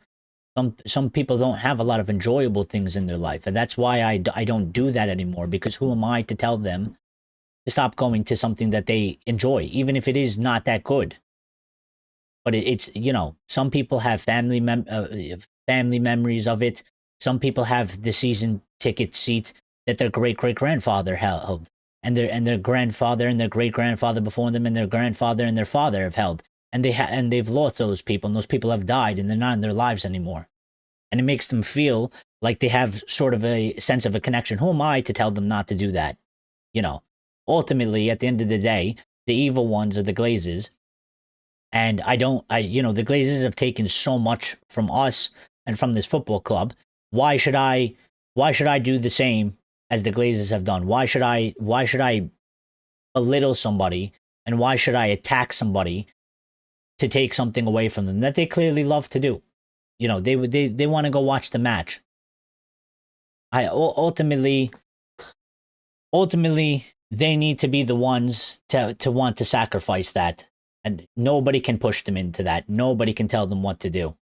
It is counterproductive. But if somebody does it, I always say I appreciate that. I think it's a major sacrifice, and I think it's I think it's noble that you do that. If because quite clearly you liked to go to the games, and if I lived there, I would be torn because I would always want to go to the matches, and if I had the opportunity to go all the time, I would constantly be wanting to go. At the same time, I'd be like, I don't really want to continue to support funding the Glazers. But then it ultimately comes down to, listen, they're going to be here regardless. And all that's happening is I'm taking something away from something that I can potentially enjoy, which is watching my team play. And I shouldn't have to be in this position. I shouldn't have to choose between going to watch my club and not supporting the owners. Ultimately, it's all on them. And ultimately, they are the ultimate evil, and they are the dickheads of this football club, and they have ruined many things for us. So hopefully one day somebody is interested in buying us, and they put the money up that they are willing to accept, and we finally see the fucking end of them, and we have new people come in. And then hopefully, my second hopefulness of that is, whoever it is, I hope they actually want to make Manchester United good again, because I have no clue who it is. I have no clue who it will be. And not that I think that they could be any bad than the Glazers, but they could be just as bad, or they could be potentially slightly better, but not as good. And sometimes the grass isn't always greener. Maybe it's just as shit. So I have two hopes for this football club. But anyway, let me get back to a couple pieces of news before we end the show. We got about 10 minutes. So let me just get back to some of the things that I would just want to, sort of go over before we get out of here. And a couple of the things, Carlos Baleba updates here. Brighton sources don't state an exact asking price for Baleba, but they have cited Moises Caicedo's transfer fee of £115 million as a comparison. Ben Jacobs also saying, I would be shocked if Carlos Baleba left in January. I do think that, with the way he's playing, and with sort of the reports that his head has been turned by United, I know Brighton are unwilling to do it, and maybe we don't have the money for it, but why not try it? Because it quite clearly seems like his performances are suffering because his head has been turned by United. He wants to obviously clearly come to us, according to the reports. Regardless, it kind of fits in the same boat as they're saying Cunha and Buemo, where he doesn't care if we're in no Europe, Conference League, Europa League, Champions League. Brighton are the only ones that stand in the way, but I think that one is sort of easier in terms of when you compare it to, Adam Wharton or Elliot Anderson, because the players don't want to move in the middle of the season. I think if his head's been turned, well, then I think he quite clearly would be okay with leaving in the middle of the season. The only obstacle would obviously be Brighton. So why not try to do it? Why not try to force the hand a little bit? Why not look for that?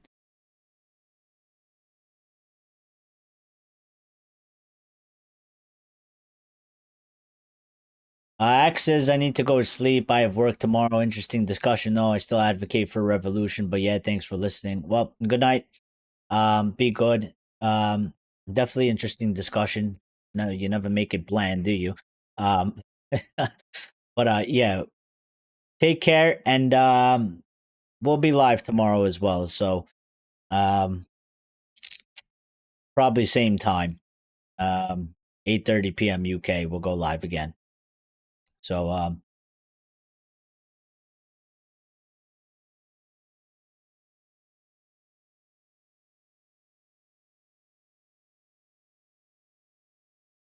I'm just reading some of the updates here. So back to Kobbie again. While he's not expected to go nuclear like Mo Salah, Kobbie Mainoo is still frustrated with his lack of game time. I mean, I totally expect that. Especially in a World Cup season. Totally expect that. when Man United are still hoping he can become a valuable player and force himself into the team over the Christmas/New Year period. Again, I guess we'll see how that plays out.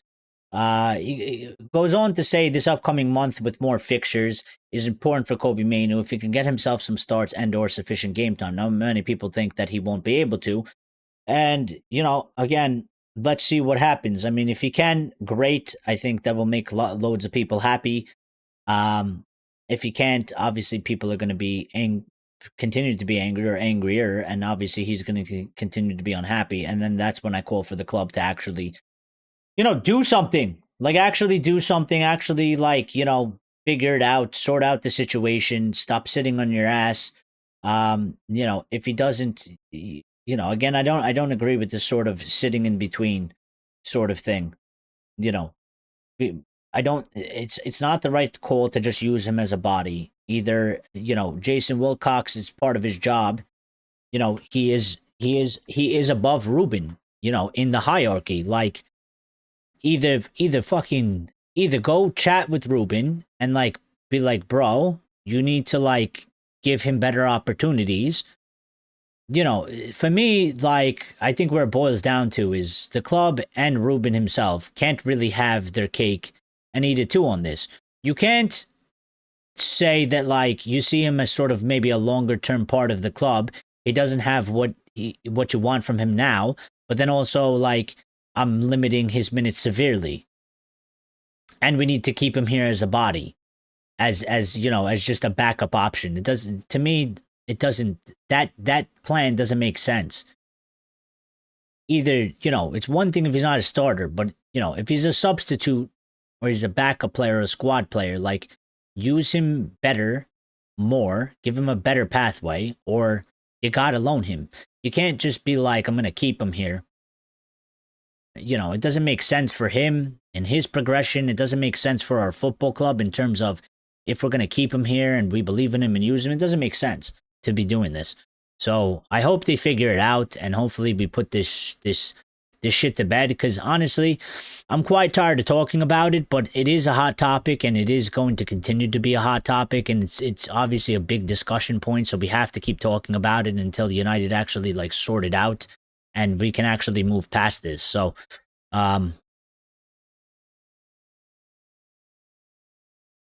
now one of the two updates on oops, sorry about that. One of the updates about Joshua Zirkzee, or a couple updates about Joshua Zirkzee, is Roma's interest in Joshua Zirkzee is long-standing. His priority is Manchester United, but his World Cup spot is under threat and is exploring options. That doesn't mean he wants to leave, but he knows he has to make the World Cup squad. Well, you did get the update the other day that he wants to sort of fight for his place and stay, apparently. So I don't know about all that, but we're also told that I don't think they'll add a number 9 mid-season. I don't expect that either. Whereas there is an outside chance they bring in a midfielder in January, so it might be ever so slightly easier for Mainoo to find an option than Zirkzee. But my whole thing is that the midfield, I mean, the number 10 position, I think we have too many players there anyway. After AFCON, I think we have too many players there anyway. The midfield I can understand, because it's we have 4, and if you go down 1, we have 3, and it's not enough, and it doesn't seem like it's enough with 4 anyway, because of the rating of the quality. So I think the two distinctions, I think Zirkzee for me, and maybe because they want to use him as a striker, a backup striker, but I don't even think he fits the striker position. For me, he's a number 10. And he's nothing more. I don't think he's a proper striker. I don't like him playing in striker. I don't think he should be playing striker. I think I've always said it's number 10 for Zirkzee or nothing, because I don't think he fits well as a striker, and I would actually rather put a couple players ahead of him than him as striker. I'd rather see Sesko there, and then if it's not Sesko, I'd rather see probably Cunha there, or even Mbeumo to a certain extent, depending on the match and how we're playing. So, there was an update saying, despite rumors linking Jean-Philippe Mateta to Man United, if he is to leave Crystal Palace soon, Serie A is the most likely destination at the moment, which is interesting. We also got an update. This is all from Ben Jacobs. We also got an update about Semenyo, saying there has been historical interest in Semenyo, but at this stage, other clubs are more serious about exploring a January move. Um, and then let me just see if there was anything that we got while I was live that we sort of missed out about, because sometimes things do come out a bit late. Uh, bu- bu- bu- bu- bu-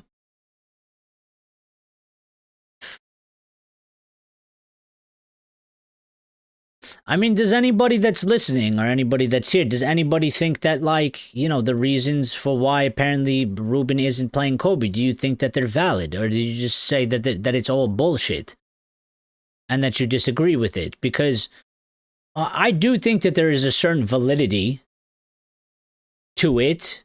I think there's a different discussion of if you think if he's looking at it correctly in terms of that's not what the midfield needs, or he should be looking at the midfield different. But I do think that there is a validity to it in terms of that. I mean, if you look at Kobbie's profile, and I would ask the people that are so vehemently demanding Kobbie to players to start, does Kobbie have strength, and is Kobbie quick in terms of speed, running around and being able to sort of like defend?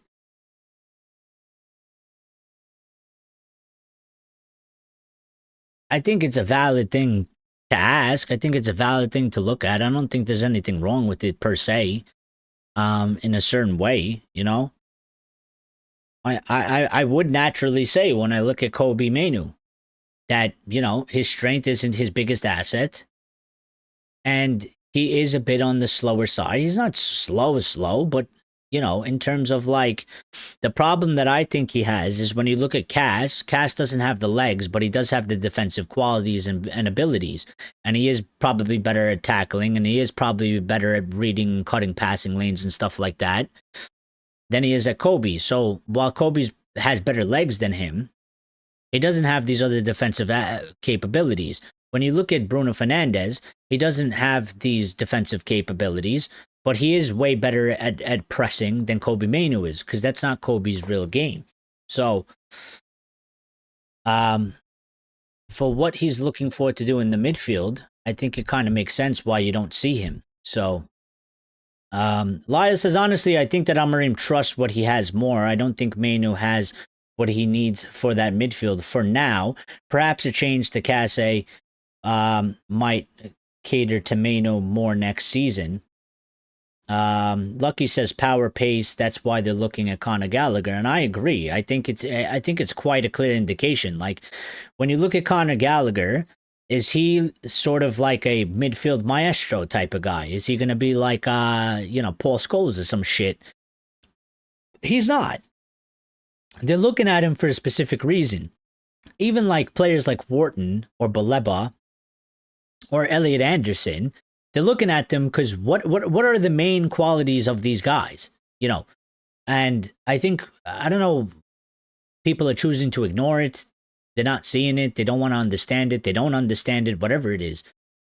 The idea is being given to exactly what it is. They are quite clearly looking for people that can press, that are strong, that are fast, that have defensive capabilities, that can get a hold of the midfield. And while this is why I always said, like, for me, for Kobbie, I understand he needs to play more because he needs to be able to develop, and you can't fuck up his development along the way. But I also see why there's a validity to he's not being preferred right now, because at this moment in time, he doesn't have those qualities. And how long is it going to take him to, if you play him 5 matches in a row, is he going to miraculously develop those qualities by starting him 5 matches in a row? He's not. It's going to take a while for him to get these things to build.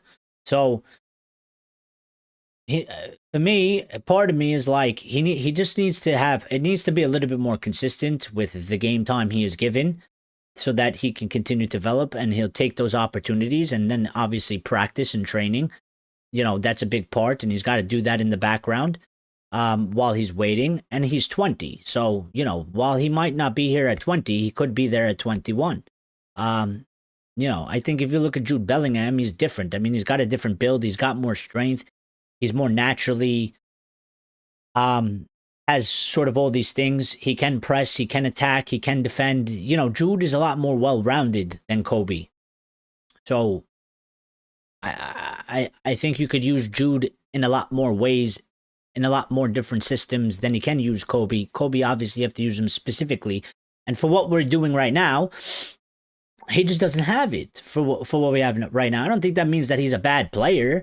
I don't think that means he's shit. I still rate him quite highly. I still think he could be one of the best players, but I just don't think that for right now, I like sort of what, Lyle is saying, that you know, he doesn't have what he needs for that midfield for now. And I think that's a huge issue because, again, I don't think people are willing to be patient. And to be fair, I don't think a lot of people trust. I don't think a lot of people have patience to trust the process, because the process, we've gone through many processes. People have trusted it many times. They've been patient and they've been let down and nothing's sort of changed. So I kind of get that aspect, but,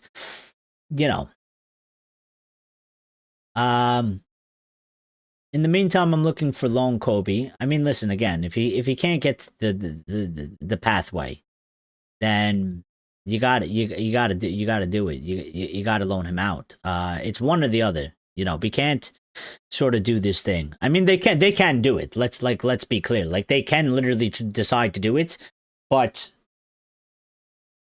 it's a stupid thing to do if they do it, because it's not.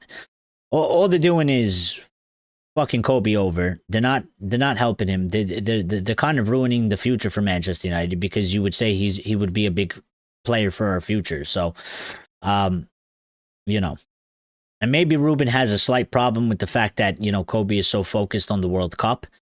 But the argument I would make back to Ruben is, listen, World Cup focus is one thing. The other thing is, like, you maybe are making him feel like there is just no chance that he's going to get, like, no matter what he does.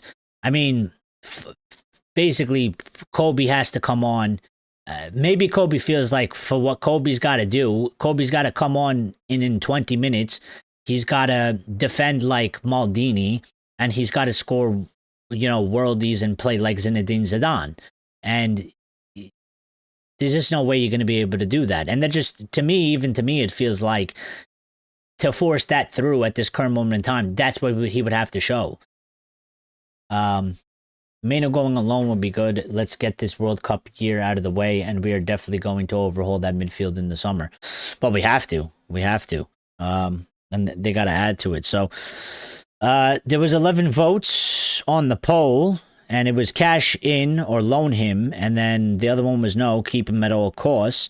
And 64% of people has voted to cash in and loan him, which obviously it's a bit, like Lyle said, it might be a bit misleading, because I think if I gave 3 different options, which would be sell him, loan him, or keep him at all costs, I think probably most of it would be loan him, because I know the answer already. Most people don't want to sell him. But I think even people are at the point of, if you're not going to use him and they feel bad for him, and they don't want to, they feel like they're watching his career be destroyed, that they'd rather have him go out, and be a player somewhere than be here at United and deal with this situation. But there are people out there that they don't want him to go out on loan, and this is the whole thing. That is sort of the discussion, is that they believe that he shouldn't be sent out on loan. I've seen people make the argument that we need him, and I'm like, well, but this really then furthers the discussion about, if you think he's that good. I think the biggest issue is, like I've said before, if he can't get some sort of consistency of a game time, if he can't consistently get 20-25 minutes with sort of the outlook of, there's always a possibility you could get more based on how you do when I give you these minutes, and it's going to be erratic, and how it's been a little bit, and it's going to be like, sometimes he'll get 10 minutes, sometimes he'll get 15, sometimes he won't get any minutes at all, then I think you do need to loan him, because I've seen people say we need him, and I'm like, but do we really? With the way that we're using him, do we really need him? This is why I don't really agree with sort of the stance the club is using, because they're trying to say we need him because we need options. We don't want to be light on options. But it's like, well, but the way we're using him, we're not using him in a way that we actually need him, do we? So he should probably go out on loan then, you know? But yeah, that's interesting that, even some people, 33%, keep him at all costs. They wouldn't loan him and they wouldn't sell him at all. But I think they have to think about it. Like, if you wish the best for him and you want him to do well, and he's not going to get the actual opportunities, and doesn't seem like anything's going to change, and I think this period is going to be the biggest, clearest indication. We're gonna be missing some players for AFCON. There's gonna be some bigger gaps. He's gonna have to shift around the team. How he does it, I don't know how he'll do it. There's a different couple ways he could go about it, and I think ultimately we'll get the bigger answer. And maybe, you never know how things go. Ultimately, listen, if Kobbie does happen to get more game time while these players are away, and maybe he ends up starting a couple matches or a match at the very least, and he has good performances, and maybe he does change Ruben's mind of how he uses him or how he thinks about him. But I also think vice versa, if the game time stays the same, or he doesn't really get any opportunities, or doesn't really budge, or it's less, then I think the answer is quite clear, because it's like, this is probably the biggest opportunity or the biggest chance he'll get in terms of, are you willing to give him more time, or does he have a chance to get more time? And if he can't do it sort of in this period where we're losing 3 big players, and, one of them is a bit defensive, but, we're going to have to, shift around the squad for sure, and we're going to have less options in certain positions. If he can't get that, then, Box is here. Box says, yo, Eric, my opinion is tough luck. We pay his wages. We're not in the business for individual players. If we need players in the squad, then so be it. Yeah, but I think also the argument, Box, is you have a player at this age, and, to a certain extent, I mean, he does need to play. He does need some minutes to grow. And when I sort of look at it, I think if you consider him a player as one that we could use for the future, and one that would have a future here, in my opinion, I think loaning him out is probably beneficial for everybody at this point, if it stays the way it is. I don't think it's a problem that he's necessarily a sub. But again, I think the planning behind it, or lack of a plan, lack of sort of a direction behind it, in that, he could play 15 minutes one match, and then all of a sudden he doesn't play at all the next match. And there doesn't seem to be sort of a real opportunity for him to start. I mean, if Casemiro gets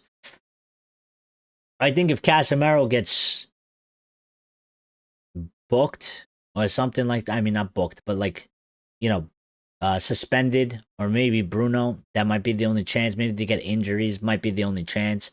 Maybe he has to wait for that. But yeah, I mean, I still think the club has a responsibility to try and figure out. It's not about putting individuals over the club, but the club still has a responsibility to the individual, because that individual is part of our football club, and he is part of the team. And you don't want to stunt his growth. You don't want to hinder his development, because I think it's sort of a double knife. It's sort of a double-edged sword at the end. You're keeping him here for the benefit of the team, in terms of, he's an option, he's a body, he's somebody that we can use, and, tough luck, he's not a starter, and it is what it is. But we're then also sort of hurting, beyond this current moment, in terms of If you're stunting his growth, you're stunting his development. Well, he could be much better for us in the future, which would be more positive for us in the future. So I don't think it's an easy thing to decide, but I do think that they need to sort of figure it out. I feel like they are a bit sort of sitting on the fence. I think they are sort of a bit unsure about the situation. I think they are, like I said, they're trying to have their cake and eat it too, and I don't think that works in this situation. I don't think it works well. He's not better than Casemiro Fernandez in the midfield too. He's not better than Embuemo Cunha Fernandez Mount at 10. It is what it is. He might not be. But he very well might not be, and those might all be facts and true. I'm playing a little bit of devil advocate here. But I think people would fire back and say, listen, some of these players played like shit, and they might do it consistently, and they don't find it or they don't think it's very fair that he can't at least be given an opportunity to prove if he is actually better or not.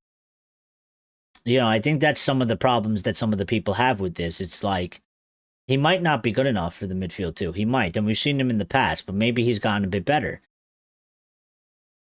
But at the same time, we're seeing some players that constantly play that they're not performing on a consistent basis, that they are having shit games, and even specifically to the match. Specifically to the match, listen, there might be a game where we play, and we've seen it before, and it's not to say it happens all the time, but there might be a game where Bruno Fernandes is absolutely dog shit in that game, and he is having a shit game. Can't make a pass, isn't doing anything, isn't helping the squad. He's absolutely horrible. It happens to every footballer. And I think the bigger argument they will make will be like, well, it's one thing he's not a starter. It's one thing he's not better than these guys. But then also now you're telling me that even when Bruno plays like absolute shit and he's giving us a 3-4 performance out of a 10, you can't even put Kobbie on to give him a shot. You know, this is the issue. And I see some of the arguments as valid. I see some of the arguments as quite over the top and sort of conspiracy theories, conspiratorial. That's the word I'm looking for. But yeah, that's why looking new Premier League draft pays someone he can fit in different roles. Majority of last season, Mainoo and Ugarte played in the midfield too, and became 15th. Okay, so why don't you try and play? But what about Kobbie Mainoo and Casemiro? I think, for me personally, I don't like Bruno playing there, and I wouldn't have him playing there. And Bruno has some qualities that Mainoo has, but Mainoo has some qualities that Bruno doesn't have. All right, sometimes Bruno is a bit erratic. Sometimes Bruno lacks composure. He loses his head. And sometimes I think Bruno, in terms of picking out passes, doesn't have it. I think Kobbie has some better aspects than Bruno has, but they're in different ways. And like I said before, I think Kobbie is a bit slower, and maybe he's not as strong. I don't think Bruno is the strongest guy out there anyway. So I don't even see much of a difference in strength between Kobbie and Bruno. I think the biggest thing is just the initiating of the press, the speed. I think that's probably the biggest one. You know, because the problem with saying Mainoo and Ugarte is that, well, Ugarte is not better than Cass. So, well, I'm talking specifically about Kobbie and getting him into the squad in some sort of position with the rest of the team of how it is normally lined up, barring obviously one player out. I don't get why everyone is putting Kobbie on such a high pedestal, to be honest. Well, the thing is, some people are putting him on a high pedestal. But other people, it's not a high pedestal. It's that they are worried because they don't view these other players as actually that good. And then they don't view the way Kobbie's sort of progression. They're worried about his progression. They're worried about and they're worried about it because they view him as a top talent. And they don't think that he's getting a fair shot. And in some circumstances, he's not. And nobody likes that midfield. And everybody thinks, and probably the biggest reason, Box, I'll tell you what the biggest reason is. The biggest reason is people think and believe that Kobbie Mainoo next to Casemiro is a way better midfield than Bruno Fernandes and Casemiro. And that is solely because nobody in the world besides Ruben at this moment in time, and maybe we're all wrong and maybe he's right, but I just think from the perspective, nobody at Manchester United, if you gave everybody the freedom to pick a lineup, nobody is putting Bruno Fernandes next to Casemiro. They're going to take him and put him as a 10, where everybody feels like he belongs. So I don't think it's necessarily the majority of people are putting him on a pedestal. I think what it is everybody is disagreeing with the manager and saying he's totally wrong. And Kobbie, if you think Bruno and Casemiro is good enough, then they believe that Kobbie and Casemiro is definitely good enough. Because they don't believe Bruno should be playing there. They don't like Bruno playing there. They don't think he can play there. But Ruben is playing him there. And they think Bruno is better suited to the team playing up further down the pitch. And therefore, the only other options is Ugarte and Kobbie. And they rate Kobbie better than Ugarte. And I think this is the issue that's happening. Fans do put him on a pedestal. Some fans put him on a pedestal. Yes, I agree. I think, and maybe some of their arguments and the way they say things comes off as they're putting him as a pedestal. But I think when you break it down and it boils down, I think they're looking at him in a way where they might not say this verbatim, but you can kind of get the sense out of what they're saying, is that they see him as a high potential player in terms of he's 20. We've seen what he can provide to us when he's been on the top of his game. He was a starter for us at one point. We've seen the potential of what he can give us, what he can continue to grow and develop, what he can bring to the game in terms of Manchester United's midfield. And they are worried that we are going to lose him because, one, he is unhappy. Two, many people don't feel like he's being given a fair shot. He doesn't feel like he's been given a fair shot. And so I think some people definitely put him on a pedestal in terms of, I think these are the people that come and just say, he's the best player in the world, this and that. You know, the ones that sort of talk nonsense. But the ones that are sort of worked up over this, the ones that are angry about it, the ones that sort of say it in a way of that, like they feel like he should at the very least be given more opportunities. I don't think they're necessarily putting him on a pedestal, because I actually think, and I think there's a validity to their argument, that he has some very good qualities. And they truly believe, and I'm not far off from them either, they truly believe that Kobbie Mainoo next to Cass is a better midfield than Bruno Fernandes and Casemiro. And I think that's all that is.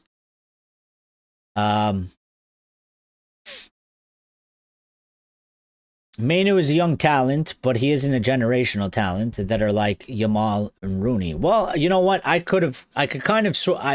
might disagree with that, to be quite honest. Because from what I saw from him in his first season, it definitely felt like that to me. But after that first season, obviously, you know, he had injuries. I think we overused him. That didn't help. But I actually don't think, I disagree with that. I think he is, and I think many people view him as generational, Box. And I think that's the big problem here. I think many people think and believe he is generational. And I think it's because of what they've seen from him on the pitch. And people have a problem because they view him as generational and they view him as being wasted because he's not being used. He's not given a bigger role. His role has been significantly reduced. And like I always said, it's one thing if you're not a starter and you're a sub. This is football. Life goes like that. But again, I think it's a little bit too one-sided. I think he should be getting more minutes. Like, even for me, I can say, like, okay, if the manager doesn't pick you as a starter, I get it. But I still think that the minutes isn't enough. I think he should be actually higher up in the order in terms of he should be the 12th man or the 13th man. He should be one that always sort of should be coming on to have a different impact on the game, a change, you know. And sometimes it doesn't really feel like that with Ruben. Sometimes Sometimes he gives him some sort of an opportunity. Sometimes he's totally ignored. So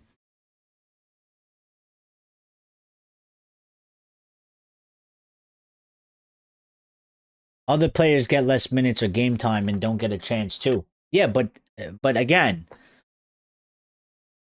these other players you're talking about, people don't rate Ugarte at all. They don't rate him at all.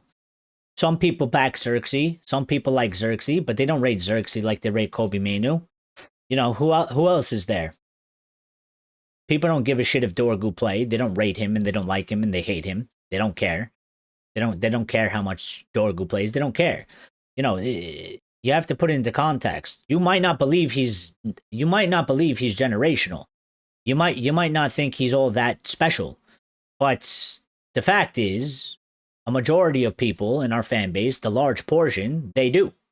So this is where they're coming from. I think, for me, the definition of putting him on a pedestal is saying that he automatically deserves to start. I don't agree with that. I don't agree with his place should automatically be, you know, to me, putting him on a pedestal is saying that his place is automatically cemented because he's special. I still think you need to earn it. I still think you need to prove yourself. But I do see there are some holes in sort of what we are being told and how things are going about this. We said the same about many other youth players at a young age. We overrate them. I think those players, I think they were definitely, I think a lot of them might be definitely overrated. I will tell you 100% that I don't believe that Kobbie Mainoo is overrated by any chance. I think Kobbie Mainoo could be, if we develop him properly and we give him the opportunities, and he does what he needs to do, and he takes his opportunities. I've always said, and I believe that Kobbie Mainoo can become top 5 midfielder in the world. I don't think he's a top 5 midfielder in the world right now, but I think he definitely, at his age, the way he plays the game naturally already, the abilities that I see on him, the way he plays, you know, the way he has the composure, which is a huge factor for playing in the midfield, I think he could be a top 5 midfielder in the world. I don't think he's a top 5 midfielder right now.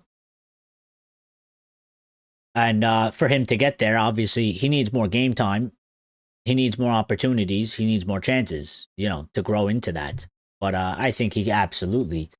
yeah, Garnacho. Listen, Garnacho, I tell you what, Garnacho is still a talented player. His attitude is shit. It's a problem. But Garnacho's talented. Rashford did well for us for a while, but his attitude and, you know, his things weren't that great. Rashford was a little bit hot and cold. John Azai, I tell you what, listen, the majority of fans, they can do whatever they want. I know that they overrate a lot of players. I'm telling you that I think that they're not wrong about Kobbie Mainoo. Some other players, absolutely. John Azai, I never rated him. Didn't think he was good. Didn't know what people were talking about. I had hopes that he would come good, but when I think of these players, I don't think Kobbie Mainoo is anywhere close to being like adding John Azai. Not even close. I think they're on like two completely different levels. Because you can just see it in the base of his game. To take the 18-year-old, to put him into our midfield when we were struggling, and for him to play like he did week in, week out, you can tell the kid is talented. You can tell he has a high ceiling and a high potential. It's clear. That's why everybody is pissed about what's happening. Mainoo would benefit from a midfield 3. He might, but he would also benefit from playing more minutes. I think he would. I think he would benefit from playing a midfield 3. But also, I would also make the argument he would benefit from playing more minutes. If he, you know, if Ruben's only going to use him for 15 minutes long, well, if Ruben used him for 30, he'll benefit from it. Playing more minutes will help him. 100%. I keep Xerxes because I need age experience. That all back. Lila says, I liked John Azai. He had massive potential, but he fizzled out quick. Yeah, see, listen, I mean, I liked the idea of John Azai, but nothing ever told me I've seen all these players. I've seen them all come through. Nothing ever told me that there was something about him that was like that. Even for Marcus Rashford, like Marcus Rashford, when he came out onto the scene, I was like, okay, this kid's got something about him and a potential. But it's all about the career path. It's all about the individual as well. I think Rashford, I've never like sort of hit I've never hit Rashford's ability. I think Rashford's problem has always been attitude mentality. Garnacho is the same. I never said get rid of Garnacho because he's shit, in terms of he's got no ability and he's useless. I said get rid of Garnacho because he has a shit attitude and a bad mentality. And probably a poor work rate because he doesn't want to track back. He wants to fucking, be a free roam like we did to Ronaldo. And I think we need to be careful with JJ Gabriel. He's being glazed hard. Well, I think there's a reason for that, though. You can see it in his game. I mean, listen, for his age and where he's at, you can understand why he's being glazed. I mean, he looks incredible for his age. But obviously, there are things that have to happen along the way. He's got to continue to develop. We need to give them pathways to develop. We need to give them opportunities. And them as a football individually, they gotta, keep their head on straight. They gotta take it seriously. They gotta continue to doing things. So it's one thing to not give opportunities to players. It's another thing that they give the opportunities and they don't make it. And I think many people right now feel very aggrieved by the football club and Ruben Amorim because they don't feel like Kobbie is given the proper opportunities to prove if he is good or bad. And they've seen him good, and they've seen him do well under Ten Hag, and it was a different system, but they don't feel like he's gotten the opportunities to prove himself under Ruben Amorim. So they have a problem, an issue with it. Now, I think hopefully this is just sort of a short-termism thing, and in the long term, it'll work itself out. But I would personally, if I was in charge, and even if I had the... if I was in charge, I'm playing Mainoo and Casemiro in the midfield, and I'm taking Bruno out of there. But even if I had the idea that Bruno and Casemiro are the better midfield, I'm still looking to give Kobbie, when we're playing a match and we're playing like shit and nothing's happening or the midfield's struggling, I'm putting Kobbie Mainoo in for a good amount of time. 25, 30, 35 minutes, whenever I feel like the change needs to be made. If we're struggling, I'll give him to the 55th minute. If it ain't happening, I'm subbing somebody out. Especially if the midfield is struggling or the midfield ain't making things happen. I'm putting him in. Like, I'm using him. I'm definitely using him. I rate him better than Ugarte for sure. And in the midfield, there's no other options. There's no other options. It's not like there's some other player we can go use. He's the only guy. It's either him or Ugarte. And I'm gonna use Kobbie. I'm gonna use Kobbie for sure. Mainoo, like Garnacho, was fairly average last season. Well, I don't think they were... Well, listen, I don't think they were fairly average. I think Garnacho was actually... I wouldn't say average, because there was some games that he was very important, but they are young guys. This is the problem with young players. They are on the younger side. They're not going to be 100% consistent always. They still have to develop and grow their game, which is the point of playing them and giving them minutes. The only way they grow and develop and become consistent and not be fairly average or be better than average on a consistent basis is they play matches. It's the only way they grow. The only way they're going to be able to get to where people think that they can get to. But, I mean, Garnacho was very important in some cases, but, in some matches, he's a bit too selfish. And he doesn't do things right. But I don't think... I wouldn't say they were fairly average. I think Kobbie struggled compared to his first season because Kobbie had an injury. And I think we overused him. And then also, when Ruben came in, the system changed. And I think he just struggled from that moment in time. I don't think he was really sharp. He was already out of favor. He was a sub. And I think he found it quite difficult to adapt. Because he was literally 19 Or maybe he just turned 20 at that time, I don't think it has anything to do really with his ability. Because I think as a young guy at 20 years of age, I think ability-wise, but him specifically and Garnacho, they can become as good as they want to, but it's all about, how they handle themselves and what happens and what kind of opportunities they have and then what they do, if they take the opportunities. So, JJ Gabriel will leave, in my opinion. He's already tried to leave once. Well, he might leave.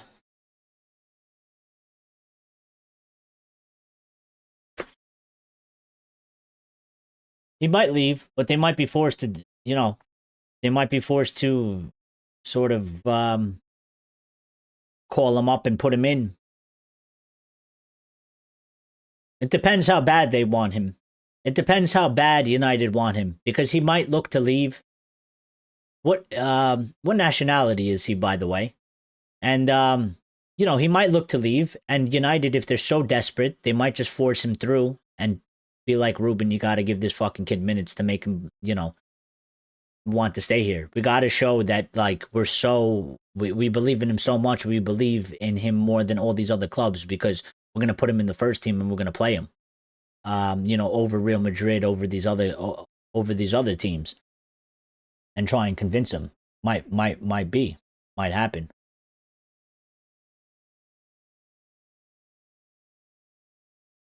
Amorim probably sees Mainoo on the training pitch and sees him as a young talent, but he needs a lot of work. I think that's exactly how he sees him. That's the update that we've gotten. I think that's exactly how he sees him. I don't even necessarily disagree with that. What I'm saying is I would like for him to... I think for the benefit of Kobbie, for the benefit of the future of the squad as well, I don't agree with sometimes... When I look at the options, I don't agree. Again, I think for me, he should be probably the 12th or 13th man, ready to go, especially if we're not playing well. Again, I've always said, listen, it's one thing if you're not a starter and you're a sub. I can deal with that aspect. But I don't agree sometimes, like when he put on Ugarte and he tried to defend a 1-0 lead.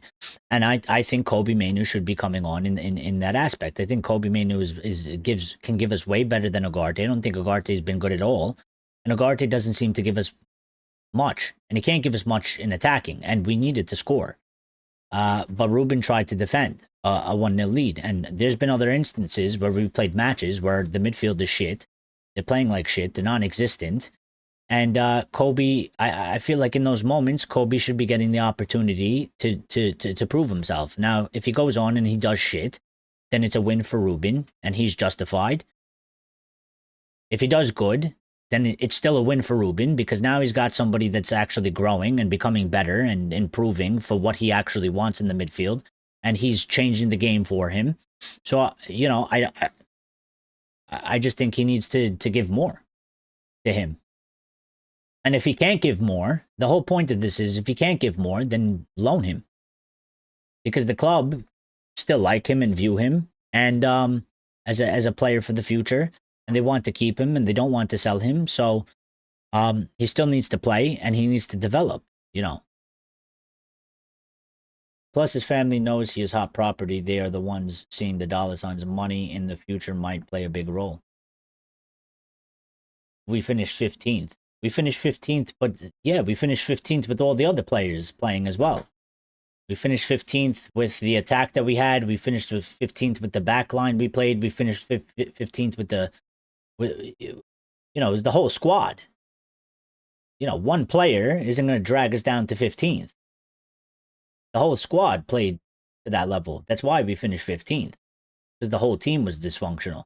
We're not talking about a single player here that led us to 15th. The whole team played to 15th. The goalkeeper, Onana, everybody. Bruno's involved in that. He's part of that. He played in there. They're all, this is a whole team aspect. Most of the players were average. I would say all of them were average. So why? Well, listen, most of them were average, but I'm saying in certain games, they had big impacts, some players. And Garnacho did for some games. He has his issues, where he's selfish or it doesn't track back, which leads us to being fucked in results or performances. But I mean, he did play, he did score some goals. Like he did have like, I don't remember exactly, but I think he had like 11 goals or something. Like in the average team, he was having an impact. To me, what it says about the other players, because I mean, if he's average, they're below average. I'd bring Mainoo on ahead of Ugarte, Dorgu, Xerxes 100%. Mount, Martinez, Mainoo should be the first three off the bench. And I think this is what people are trying to really say, Box. I think it gets sort of lost in their frustration, maybe their anger, maybe they're not good at explaining it, maybe they're sort of missing the whole point, maybe they're jumping to a bit of conclusions. There's people out there, don't get me wrong, there's people out there that 100% are just like Kobbie Mainoo is God's gift to the world, and he's better than every single player we have, and he should be starting, and there should be no questions asked. And, you know, I'm not saying that, and I don't agree with that either, because I think that's fucking nonsense. And I don't believe that's the proper process anyway, especially for a kid. But for the people that are level-headed and don't want to do conspiracy theories and are, you know, talking about that they are concerned about Kobbie, and I feel the concern, I get it, I understand it, and they believe in the kid, and they do think that he has talent, and they do think he has a high potential and a high ceiling, I get why they're a bit concerned. I get it, because it's like, listen, it's one thing if you don't pick this guy to be your starter because you think those guys are better. It's another thing when the plan that you set out isn't working and you don't feel like you can give him an opportunity. Because for me, at that moment in time, there's no more excuses in terms of, you know, I don't buy that either. I can accept the manager saying, listen, even though I don't agree with it, if he wants to say Bruno and Casemiro are the better midfield pairing, put them out there. But when I'm watching the match and they're dysfunctional and they're playing like shit and they're both having bad games and we can't get anything going in the midfield and we're struggling there, you then can't tell me, well, they're still better than Kobbie. It's still better if I have them playing like absolute shit out there than putting on this kid. That I don't buy at all. Because number one, might be true, but number two, where's the sort of, you know, the gamble? Where's the chance? Where is the opportunity? You got to take a chance on the kid, especially him. You know, he's not like he played a whole season for us. He played for England in the Euros. We're not talking about a kid that we just plucked out of the academy at 17 years old and we don't know, you know, how he's going to handle it. He's at this point, the stage where like he should be being used, like you're saying. So, you know, Mount, Martinez, and Mainoo, these guys. And I think Lisandro Martinez is probably going to be a starter once he's fit enough. I don't think he's fit enough, and I think they're taking their time with him. So I think Lisandro will end up being a starter somehow, some way. I don't know what that means for Luke Shaw, because Ruben rates Luke Shaw. He literally just called him a world-class player the other day. He just came out and he says that he believes Luke Shaw is a world-class player. I think Luke Shaw can be world-class when he's fit and consistent, like we've seen him, you know, in that period at left back when him and Marcus Rashford were causing so many problems. The problem for Luke has always been he gets injured, he's not available, you can't rely on him. But so far this season, we haven't had that issue. And I think Luke Shaw, in terms of what he's giving us at left centre back, listen, he's going strong into tackles, he's aggressive, and he's been pretty much on the money. And even like sort of, you know, trying to make things happen forward, I think he's been doing very well. But I think Lisandro will somehow get back in there. I don't know what that means for Luke Shaw, because I don't know if he can play left wing back. It seems a bit weird to me. But I would like to see if maybe I'm right or wrong on this, because I have a speculation about Luke Shaw in terms of that I think part of the reason why he's staying fit and he's not getting injured is because he's playing left center back and it's just less demand. You don't have to run as much. It's just less stress on his body. But I mean, we'll find out, because once Lisandro can actually give us like 90 minutes, where Luke is playing, that is Lisandro's spot. I mean, he is the actual centre back. Luke Shaw is one that's converted. And with the things going on at left back in terms of Dorgu struggling like crazy, and you know, not being able to put in like at least even a solid display or anything that looks remotely like there's something to work with there at this moment in time, and that we're going to lose Ahmad and we're going to lose Maz, and so quite clearly you're going to have to take Delo and you're going to have to put him on the right hand side, at least what I think right now. In this time that we have to do that, if Lisandro can get back and give us 90 minutes, which he's getting there because he's getting more and more game time, and Luke Shaw is coming out as a substitute for Lisandro to be coming in the past couple matches, I'm going to be interested to see if he actually takes Luke Shaw and puts him left wing back, because that will answer my question. Because it's either because Lisandro can't give us 90 minutes, so he's not going to do it right now, and Luke is playing good there anyway, or Luke can't do a large period on multiple runs, extended amount of time, over the course. Luke can't do 70 minutes, 80, 90 minutes a match at left wing back, because it will cause him to become more risk of an injury.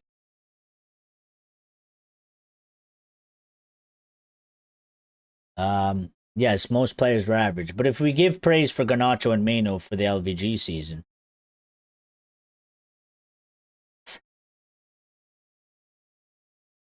to be equal, we have to critically analyze the 24-25 season regarding them. Well, what was an LVG? It was Eric Ten Hag. But wrong Dutch guy. But the nationality was right. I mean, I get what you're saying. The problem for me, Box, with that is that obviously we changed things, yeah, in the season, and it was quite a big shakeup, and we all know, we've talked about, the system change is huge, and the adaptability for the players is huge. And listen, when you talk about two young guys like that, like Garnacho and Mainoo, it is sort of a big thing. They're still trying to perfect their game. They're not perfect. They have issues that they still have to sort of round out and become more consistent and, strengthen their game. And at the same time, we made massive changes to the system and understanding how we play. We did something completely different. I think that they were always those guys are always most likely to struggle. So, I kind of don't do a whole blanket sweep. You have to sort of look at it in a bit of an individual status to a certain degree, because yes, the whole team was, for me, below average, because to finish in 15th, they're below average. So in the totality of it, overall, below average, everybody. But listen, some of those players, they're way more experienced. You expect them to step up to the game a lot better than some of these young guys. These young guys are a little bit all over the place in terms of, there's a lot of things that they got to sort of sort themselves out. So, Kobbie getting that injury, he was out for a while. When he came back, you could see he wasn't as sharp. He was behind everybody else. He then also had to get adjusted from playing from a 3 midfield to a 2 midfield, and the job is different, and he's a young guy, and like we said, like, he's not like, he's not the final product, so he's going to have an issue there. Even, Garnacho was playing one position, he's playing a different position, and it's different instructions. So, but there's a way to handle this. I don't think Garnacho handled, with his attitude, the way he handled himself, I don't think was really good. So that leads to how you're going to perform on the pitch as well. It has an impact as well. You corrected yourself. So I get it. I mean, yeah, like you can't just completely ignore, and say, well, they did really good one season, and the other season, ignore it. But I think there's also context and sort of circumstances to that. And I don't think just because I don't think just because they do good one season, like, you can see, like, because with young players, when they are doing good, you can see the height of sort of the potential in there. But there's always going to be moments, and there might even be a season where they struggle, where they don't do well. It happens to loads. I think Phil Foden kind of went through something like that. And, there's been loads of players that happens to them.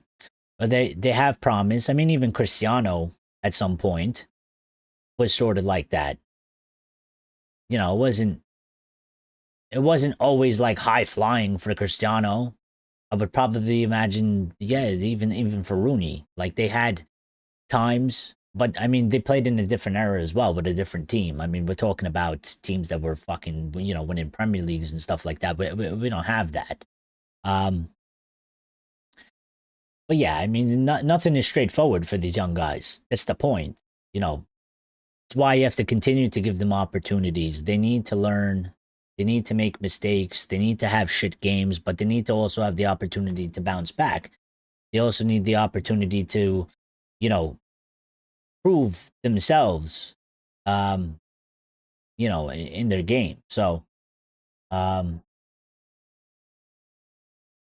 lucky one's Conor Gallagher, and he likes Mazzawari. What offers me 2 positions of the pitch. I like Lisandro Martinez's minutes getting ups, and I have Lenioro on the bench, 8 in heaven with Maz or Lisandro gives me balance 3. But listen, we've seen Maz play, again, the past 2 matches at right centre-back, and I've always said that I believe that Maz, I prefer him to play right centre-back. I don't like him at wing-back. I'd rather see Diallo play there. I think Diallo plays that position the best, and I think he's the best one to play in that position. Doesn't mean that he is an unstoppable machine, and that's not going to stop him from having bad games or doing things bad. But when I'm looking at the squad options, you can't tell me that anybody is better in that position than he is. And we have the best chance to do well with him there. So I like Mazzawari when he plays right centre-back. I think he does it quite well. I think it balances the defense better. I think it balances the team better. I think Mazzawari should be right centre-back, with an option to, if we need an emergency, a backup, if we need to use him at right wing back, then we use him. But, RDE fam, I'm out of here. Had a long day, 1:25 in the morning. Got to crash and wake up early. Well, I feel you. I'm getting out of here too, because we've been live for almost 3 hours, so we got to get out of here. But I enjoy the conversation, so I keep these things going sometimes. But yeah, we're gonna get out of here as well. Thank you to everybody that's been involved. Elias says, cheers, Eric and all the rest. Cheers to you too, buddy. Thank you, Lucky, and thank you, Box, and thank you, everybody else that got involved in the chat. And thank you to everybody that smashed the like button. If you didn't smash the like button, make sure you hit the like button on the way out. And we will be live tomorrow, 8:30 p.m. UK time. Make sure you get in there. We'll be going live again. And we'll sort of focus a little bit more towards the Bournemouth match and, whatever updates that we get tomorrow. So be on the lookout for the show. And, if you can, get in here as early as possible, and make sure you're hitting the like button. And shout out to all the new people that are subscribing. We are getting subscribers, by the way. Little by little, we are getting subscribers. This thing hasn't updated, but I can see the real number. And we're at, I believe, 3,250, I believe we're at. So we are getting subscribers. We are getting new people joining the channel. So shout out to all the new people that are subscribing as well. And even if you're not getting involved in the comments, shout out to the, the silent watchers, as I call them, watching over us and, supporting the channel. So thank you. Everybody have a good night. Get well, be good. And we'll see each other tomorrow. And everybody stay safe.